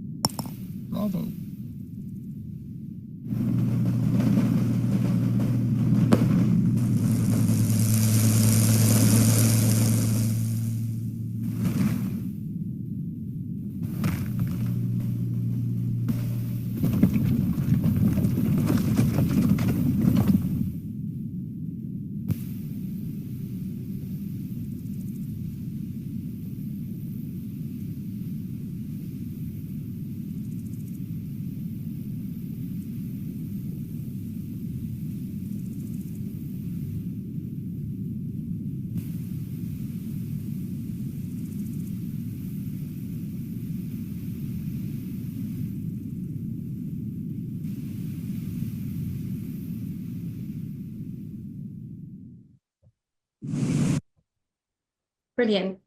So yeah, hopefully that gives some indication of that kind of change that we managed to research as part of that project. And it struck me as I was watching that, there's lots in the mix, but something that Cristina mentioned in her talk earlier about what will happen as we face a changing climate and adaptation, and yeah, causes for optimism or not. Certainly what we see from things like that in the archaeological record is, in the case of Dinas Dintley, people having to leave following the sand inundations, following that increased storminess. And we don't know where they went, and we don't know how hard that was, but presumably it was. So yeah, there's some interesting stories there that archaeology can draw out to some degree. So here we have an image again of one of the final bits of interpretation that was created from this element of the project. This is an interpretation panel that is now installed on site and there for people to see, any visitors, including our lovely reconstruction drawing there. The excavated roundhouse near the cliff edge has been consolidated and left. Therefore, it can still be visited and experienced in its size and in its dimensions. But this will eventually collapse off the cliff.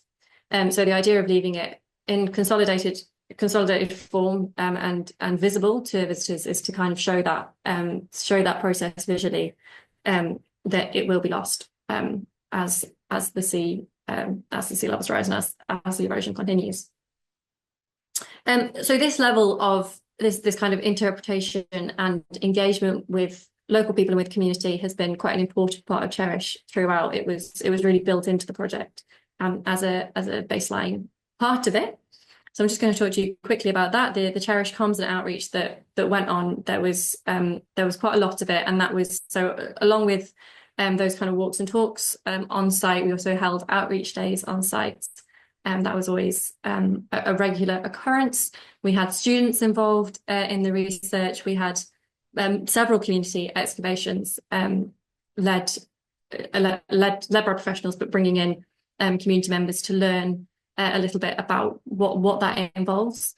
We had TV and media appearances as part of it to share some of our research on the project.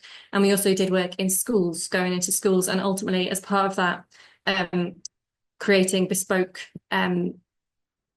resources for schools and school children. And you can see here in there, you can also see Pufty, who's our trusty mascot, who I've got with me today as well, who was an important part of the team throughout that research. So the final bit of that engagement that I just want to talk about is the exhibition. Now, there was two of these made, one for Wales and one for Ireland. Each of them was bilingual, so the Irish Welga and in English, and the Welsh version and Cymraeg and in English, as well as presenting our research visually and descriptively. It was also important to make these beautiful and culturally interesting. So we had CHERISH's wonderful artwork that I mentioned earlier. All those illustrations were part of it. And we obviously have a lot of beautiful visual resources as part of CHERISH. We also used contemporary Welsh poetry written about the sites by our poet in residence. Poetry is a really important part of Welsh culture.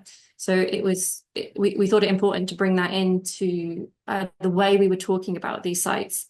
As has been discussed by Cristina and by John as well, when we're talking about losing these sites, we're not just losing things and stuff to the sea. We are losing our stories, we're losing heritage, and that is an emotional process. And that the challenge and the emotional challenge of that does need to be held in the way we communicate it. So that was a little bit of what we were trying to do in the way that it was presented in the exhibition. So these two exhibitions travelled around the countries. They went to libraries and community groups. And here it's also shown at the Senedd, which is the Welsh Parliament in Cardiff. And here we have a picture of Member of Senedd Julie James, who is a Member of Senedd for Climate Change, visiting the exhibition. So it really also represented an opportunity to take this information and this project to the policymakers. In Wales, there's a fantastic piece of legislation called the Wellbeing of Future Generations Act, which brings climate change into the minds and of policymakers, and it's really important that heritage is there as part of that in those discussions. So that was part of the rationale for this exhibition, was that it's a really engaging way to talk to policymakers who are people and need to be also engaged with as on this kind of emotional level, as well as with papers and policy guidance documents. So just to look a little bit about the legacy of the CHERISH project now that it's finished back in 2023. Over the course of those 7 years, we created a lot of new baseline data. We created some new understandings of the sites that we were working on, and highlighted some of the issues that there are, some of the hazards that affect these sites, some of the climate change impacts, which are not always what would be expected. So, for example, in some cases, inundation from increased rainfall is actually more of an issue than wave action. So we kind of, created a clearer understanding in a lot of cases of how climate change impacts are affecting these sites. On a more practical level, something that we have been developing and continuing to put out in these landowner management plans. This was a way for us to leave some practical information with landowners. So many of these sites are in private ownership or public ownership, but are being looked after on a day-to-day basis by people who are not us, not the CHERISH project, because the CHERISH project is now finished as well. So these are practical guides to kind of the challenges, the impacts on the site, and also some suggested actions. So here the kind of practical impact example of if there are artifacts washing out of a section, who to take them to, how to deal with that situation. So now I think I have a little bit of time left before I need to finish up, and I'm just going to use those few minutes to talk to you about the other kind of climate change work that is going on in the Discovery Programme and on the island of Ireland more generally. So one thing that we've been working on is a baseline climate change risk assessment for heritage assets on the island.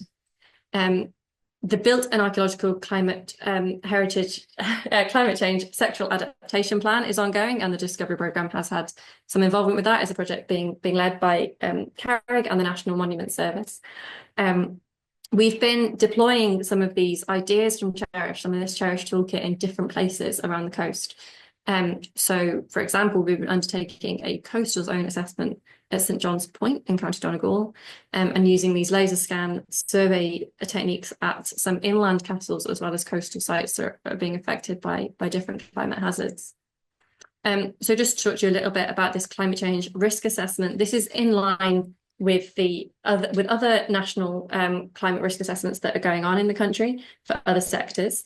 And we've done ours in the same methodology so that it can be comparable and useful in that way. So that's in line with the EPA's National Climate Change Risk Assessment methodologies. So we've been thinking about, as part of that, the priority impacts. So the key hazards that we're facing in this country and the available data sets that we could use to understand how those hazards might affect archaeological assets and heritage sites. So, for example, for flooding, fluvial flooding, we have rainfall data. We've been gathering that for a long time, have very good rainfall data. Whereas for things like changing burial conditions, we have more limited data on that. Just a word on risk. This is, of course, a risk assessment, but just it can be a bit of a one to get your head around. The risk that we're talking about is calculated by assessing the exposure of the site with the vulnerability of the site. So the exposure of the asset might be kind of where it is. So it might be it's right on a cliff edge, so it's really exposed. The vulnerability is to do with the capacity of the site to deal with impacts. So, for example, an unroofed site might be more negatively impacted by rainfall, for example, or not. If, for example, a site contained collections that would be completely ruined by a flood, that would make it more vulnerable than a site that would dry out okay after a flood and not be too badly damaged. So from that kind of understanding, we created this kind of risk assessment scoring. So on the top left there, you can see a site that is going to be suffering maybe extreme, could be suffering extremely from a flood, and on the bottom right, the opposite of that, so quite a low impact on that site. As this was done for looking at the sites and monuments across the island, there were some quite dramatic headlines coming out of it. So, for example, coastal flooding looks to be affecting, or could be affecting, over 4,000 monuments in the Sites and Monuments record for Ireland. So we're looking at some potentially quite significant impacts of these risks and these hazards. So on the back of that, I just want to talk to you about the sectoral adaptation plan for Ireland.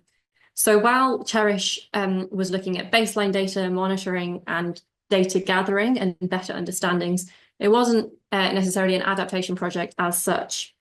So one of the challenges for Ireland, and I guess for many countries now, is to think about how the heritage sector should be adapted to the changing climate and what that might look like. So the National Monument Service and Carrick Conservation, with support from the Discovery Programme, have been undertaking work on a second climate change adaptation plan for the heritage sector in Ireland. This is building on the first climate change sectoral adaptation plan. And we've been involved in these first two processes of preparing the ground, climate screening and prioritisation. So this process of working out which hazards and which climate impacts we're most concerned about for our heritage assets. This document, once completed, will be looking at cultural heritage quite widely. So not just particular archaeological sites, but cultural landscapes, wider archaeological heritage, built heritage, and also contents and collections. So quite an all-encompassing plan. And finally, just to finish up, this is one of the other places in which the CHERISH toolkit has again been deployed by the Discovery Programme to look at different sites. So this is another coastal site, but it was out with the CHERISH study area. So this is St John's Point. We're looking at McSwine's Castle up in County Donegal. So that's in the northwest of Ireland. And here, as well as undertaking drone survey, we've been undertaking coastal zone assessments. So here's my colleague doing measured survey on archaeological remains found along that coast, and they found quite a number of sites along a fairly small stretch of coast using this methodology. So now it's just leaves me to say thank you to all the people who were involved in the CHERISH project. This, as I said, was an EU-funded project. One of the beauties of it being an EU-funded project, it means that all of the data, and it was a huge amount of data collected as part of this project, is now all open access and available for anybody to use. And as I've said, it's data that we've tried to make as accessible as possible for a range of people. So whether you are joining as a researcher or as a community member or in some other capacity, this data is for you and will be available to you. So on the Irish side, we're currently in the process of uploading our data sets to the Digital Repository of Ireland, the DRI. The next one to go up will be our UAV data set. So that's all of our drone survey data. So the photographs and those digital surface models that I was talking about as well. They will be released on the DRI next month. So keep an eye out for those if that's something that interests you. And as I say, all of our reports and data collected is open access as part of that. So yeah, it was a brilliant cross collaboration project led by the Royal Commission, Aberystwyth University, Geological Survey of Ireland, and ourselves, the Discovery Programme, who were largely funded by the Heritage Council, and everyone else on the screen was also very helpful as part of this. So thank you very much. Thanks a million, Hannah, for an excellent presentation. Such an interesting project, really showcasing like wonderful sites that in Ireland a lot of people don't even know are actually there, and it's like disappearing at an increasing rate. But having all that data accessible from your project is fantastic to have that in the public domain, I think. And maybe it just shows that a combination of studying the past, studying the present can give us solutions to future solutions to help us with climate change. So I think like both presentations would have showcased the cohesion that we need to have across our cultures and communities to find ways to tackle climate change. And climate change will involve loss, but also offers opportunity for us to reconnect and reclaim our elements of our physical and cultural heritage. I just would like to thank you on behalf of the ECHOES team, both of you, for your excellent presentations with such strong overlaps to each other and even stronger contribution to the workshop topic we had today. At this point, I think I'd suggest anybody that would like to, we'd be delighted if you would to switch on your video so we could see you. I'm going to hand you over to Julia Spencebeer of Forgrada DRAGODID, who will handle the Q&A. Thank you, Ken, and thank you to all of the speakers today. It was really interesting. And thank you to everybody who stayed with us until now. It is much appreciated, and for keeping your concentration. There are around 50 of us here now, as you were registered. So thank you for joining, and from actually different parts of Europe, which is really enriching, and all sectors. So we have students, practitioners, scientists, entrepreneurs, biologists, conservators, etc. And now we open the floor for questions, reflections, and actually anything that you would yourself like to share on the topic that we had today. If you're comfortable, please switch on your cameras because it makes the discussion feel a bit more personal, and it's nice to see your faces. Feel free to raise your hand or write in the chat. We'd love to hear your thoughts. And to begin, we have a few questions that were raised so far from the beginning of the workshop and talk from Dr. Leemhuis.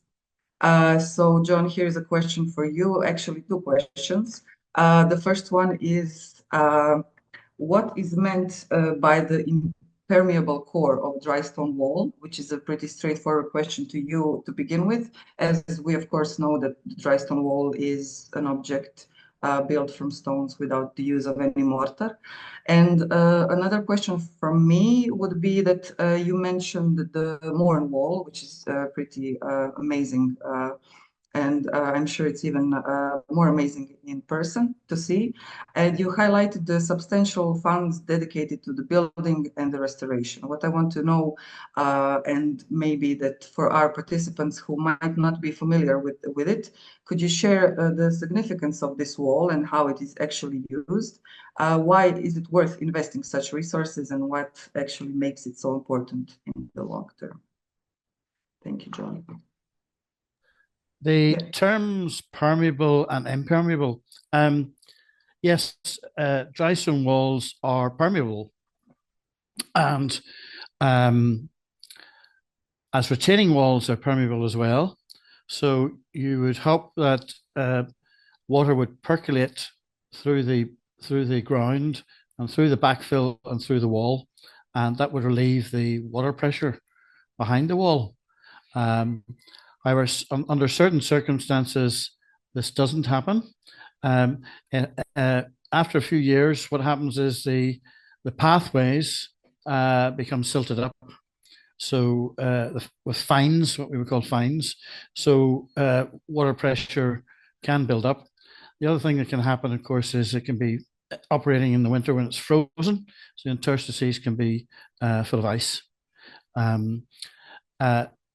The particular instances I showed where there were failures of the walls and collapses of the walls, where the pathways behind the walls through the permeable walls could not cope with the volume of water because of the rainstorm event that had occurred. So it gets a sudden surge of water going through the pathways, the pores, and so on. Can't cope with it, so the water pressure builds up, and that's what happens. Sometimes you might have stepped walls. A particular example I showed was a stepped wall, so you get the water not going through fast enough, so it flows across the surface, drops down the face of the wall to the one below, and so on and so forth. So it becomes catastrophic. The other question about the Mourne Wall. The Mourne Wall is about 34 kilometers long, and it was built to protect the water supply for Belfast at the end of the 19th century. Following the famine, there was a bit of a scandal in Belfast because the water supply wasn't very good, and people came into Belfast during the famines in the 1840s up through the 1850s. Belfast had a lot of people living in very poor conditions and drinking from a very poor water supply. So in fact, most of the famine deaths in Belfast were from cholera. And there are 4 great burial pits in Belfast as a result of that. So after the end of the famine, an engineer was commissioned to search out a water supply for Belfast, and he went to the Mourne Mountains, which are about, I suppose, nearly 30 miles from Belfast. And he devised a scheme of reservoirs, and the water supply to Belfast then came by gravity. So it was it flowed in channels some underground and some on the surface of the ground into Belfast naturally. The reservoirs expanded so that there were 3 or 4 upland reservoirs there, and there was a tradition of sheep farming and some cattle grazing, and to ensure that there was no stray animals polluting the water supply, the wall was built. And it was built of granite, which is a very tough walling stone to work with. And it goes along the catchment, it goes along the water divide, it goes along the catchment for 33 miles, protecting the reservoirs. So that was built at the end of towards the end of the 19th century. And within the last 2 years, there was a maintenance program on the wall, and it cost, I think, about £2 million. And that was all completed. And there's a tradition of walling, dry stone walling using granite in that area. It's quite unusual. So the maintenance program was carried out and finished just over a year and a half ago. And then we had last month the storm. Once again, a named storm, which our storms now are characterized by names, alternatively male and female. And this particular one, to my mind, did a surprising amount of damage, wind damage to the wall. And I think it has damaged it by somehow moving the capstones, and then water or severe gusts, then taking the top off, and then taking making the rest of the wall unstable. So they need about £750,000 to repair it, and over its length of 33 miles or 33 kilometers. Does that answer what you wanted? Yes, thank you very much. It sounds very interesting, really. Okay. It's a very hard stone to work with for dry stone. And the tradition was the stones came from scree or field clearance. So it was quite an effort to get the stone up there and get people to work there winter and summer to complete it.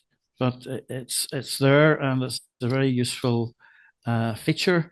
But this was an unusual. What happened in the last month was very unusual for us. Thank you. Thank you very much, John.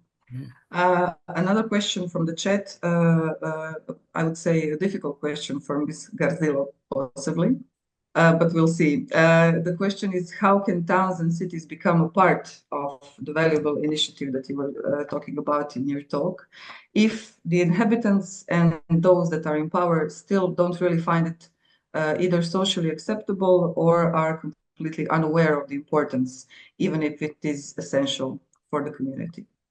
Thank you, Ηannah, for your question. And indeed, I agree that many are political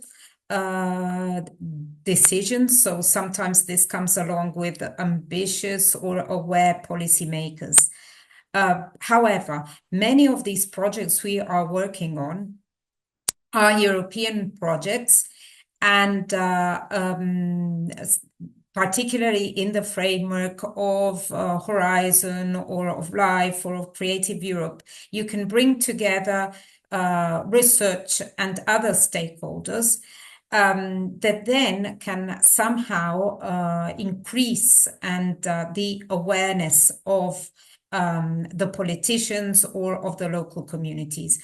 I very much believe in the power of the local communities and also of the work of the associations that are working in territories. So what is connecting these associations? What are they defending? They come together with a strong power to defend, let's say, the sense of wonder that is around the heritage sites, and then therefore the link to their resilience and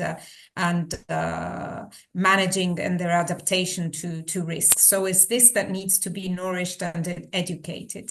So on the one side, yes, but I think still there is the power of these projects bringing in different stakeholders that then can create and awareness at the local level. And this is also supported by, let's say, upscaling these peer-to-peer, because these projects bring together different contexts, and this is where your specific community can gain some ideas or see that actually this is working or see the value.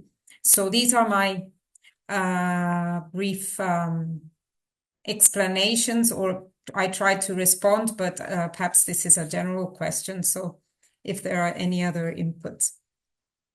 Thank you very much. I copied in the chat, Cristina, maybe it will be interesting for you to see some of the answers that we got in the Google Drive for the first question, which was think of some key challenges at the intersection of culture, heritage, and change of our climate. I will not read all of them, but some are really interesting, such as, of course, a very direct one, which is that the climate crisis leads to more extreme weather events that threaten the preservation of sites, monuments, and landscapes. And here are some answers on the second question, which was, can cultural heritage be counted on to help adapt and mitigate the climate change? And what do culture and heritage have to offer in the process of building the resilience? So, for example, there is the answer of traditional knowledge and sustainable practices that offer lessons on resource conservation, sustainable agriculture, and local climate adaptation, which is also something that Georgia was talking about on actually documenting these knowledges and practices. Yes, indeed. And also it was then reported in these indicators. So the traditional and local and knowledge is very much reported in the indicators that then refer to the global adaptation framework. In addition, I don't know if there are other questions first, and then I can comment. Sorry. Please, yeah, please comment. Okay, so I was seeing also among the challenges that nature-based solutions must be adapted to cultural heritage methods. There are indeed various conflicts on the use of nature-based solutions and how to adapt them to cultural heritage sites and also methods. And I've experienced myself some kind of expertise contrast between those that, for example, wanted to use a medieval square in a historical city with nature-based solutions and then being defended by the heritage agencies and institutions. So this in the sense of the site. So even between experts, it is difficult to find solutions in this regards. So just this was a general comment. And on the reuse and of sustainable renovation, energy retrofit of historic buildings, we have projects ongoing because this is a major theme in Europe with the Energy Performance Building Directive. And how buildings, also those with heritage values, need to be adapted according to this directive, although it is delegated to member states to decide which of these buildings can be adapted. But this is, of course, a major issue. Thank you very much, Cristina. If anybody has a question, please raise your hand or write it in the chat. But also, if you would like to briefly maybe share your project with us, experience, some tips related to today's topic, please feel free. And if there are some events happening that you are organizing and you would like to share with us, some publications, initiatives coming up, this is a good moment to let others know. I wanted to share with you an example of a good knowledge sharing session. I will write it in the chat. There is also a recording of it on YouTube.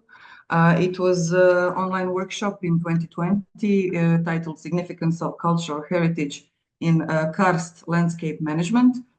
And it was held to support some UNESCO science programs by the Scotian Caves Park in Slovenia in collaboration with the Institute for Culture and Memory Studies in Slovenia. We had some representatives today during the workshop also here with us, and they shared how ancestral wisdom is being utilized to address modern challenges such as water conservation and the climate crisis, building a valuable repository of traditional knowledge to confront these issues. And there is a YouTube recording of this in the chat.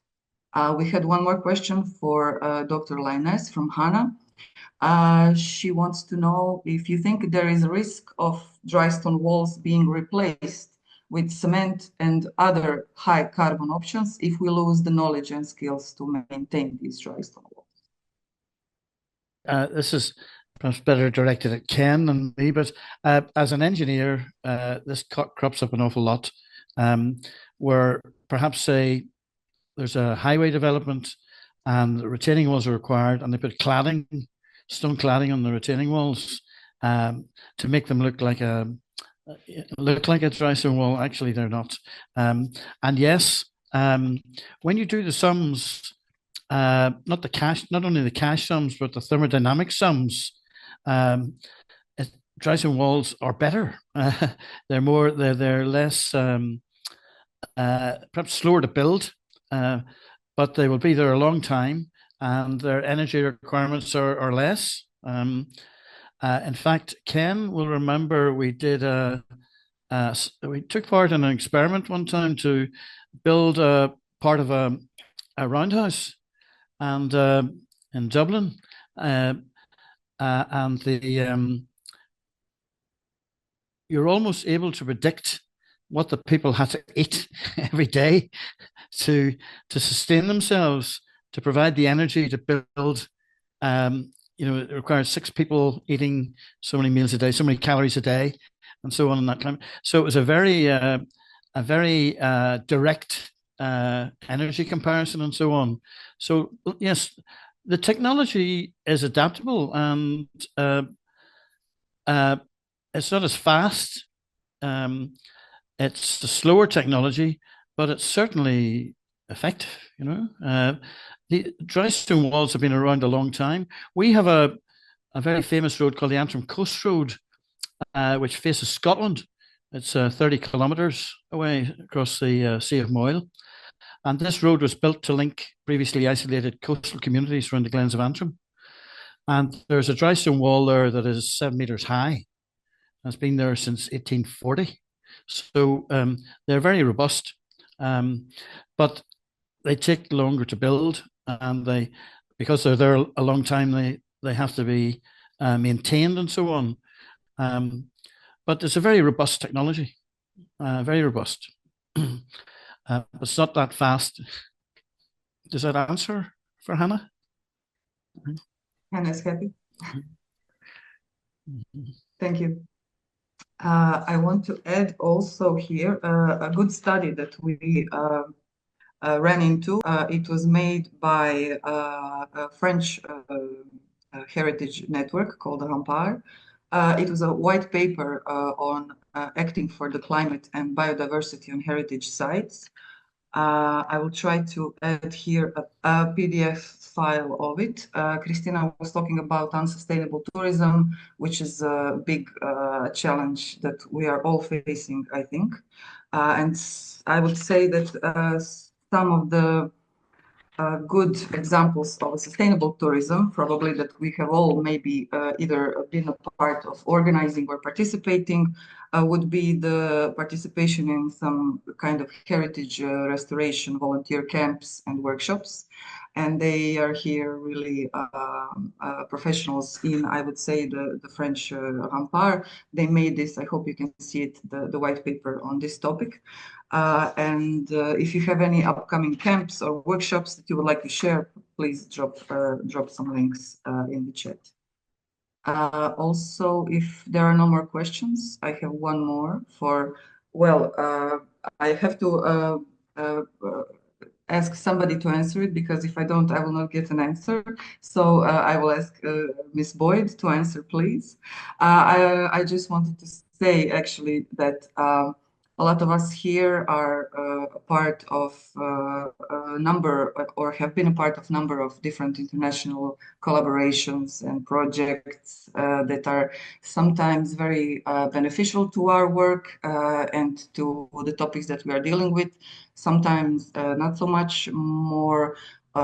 So the question would be actually what makes the international collaboration worth it, and why is the project a good project? Maybe you can answer from the CHERISH point of view, or any other project that you were a part of. Is it actually the potential of this project and collaboration for some long-term impact, or the ability to respond to the real needs and not just the funding calls? So please, we'd love to hear what you think about this.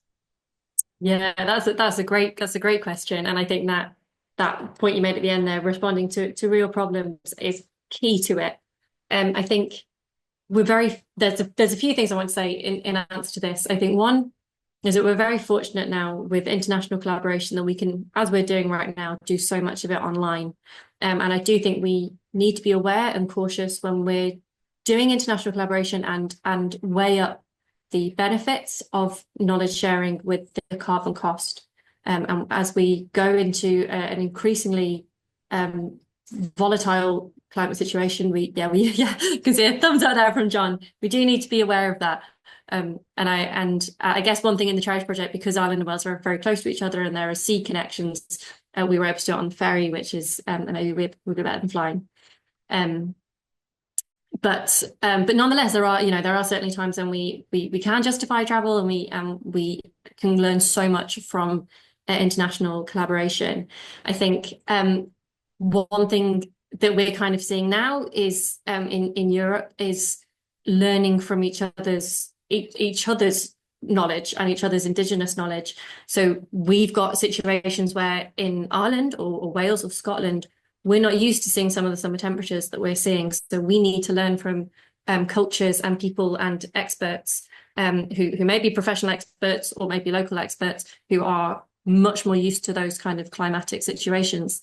And we may need to adopt building techniques or mitigation techniques that are based on that. I think John shared an example of dry stone walling from Ethiopia, which is the kind of technology that we might need to be thinking about down the line, and maybe not too far down the line. I think with international collaboration projects, there can be real challenges with working across different jurisdictions, with different legal structures. And I'd say the kind of key aspect of any of those kind of works is good project management and good communication is so important. And making sure that you are all able to work towards common goals and have deliverables that make sense within your cultural and physical setting. So yeah, I think we're very fortunate between Ireland and Wales to find that kind of collaboration that was facilitated by the Ireland and Wales funding calls. And I think there's lots of good that can come out of international projects, and that is facilitated by European funding, but maybe with those caveats in the mix. Great, thank you, Ηannah. I think that due to time, we should now maybe close this Q&A part, but doesn't mean that you can't email us later, the speakers, the moderators, whomever you want to find more information from or continue to work with. And with that, I will hand over to Ken to wrap up and let us know what happens next after today's workshop. Thank you. Thanks very much, Julia. Mea culpa, just want to acknowledge the help of Ηannah Jedridovic with the Q&A, but I would just like to thank you all. I think it was very informative, very productive session, and I hope you all bring some of this new knowledge with you to your own work and the communities you live in. We're now going to end the recording and ask the participants to fill out an evaluation survey and to keep an eye on our next workshops. As mentioned at the start, this was the second in a series of online workshops we are delivering over the next year or so. Keep an eye out for the next set due later in the year. Future topics we will have expert speakers on are the documentation of traditional knowledge, heritage-led community development, cultural exhibition and design, and the creative industries and traditional crafts. Thank you all again. Enjoy the rest of your day and see you next time.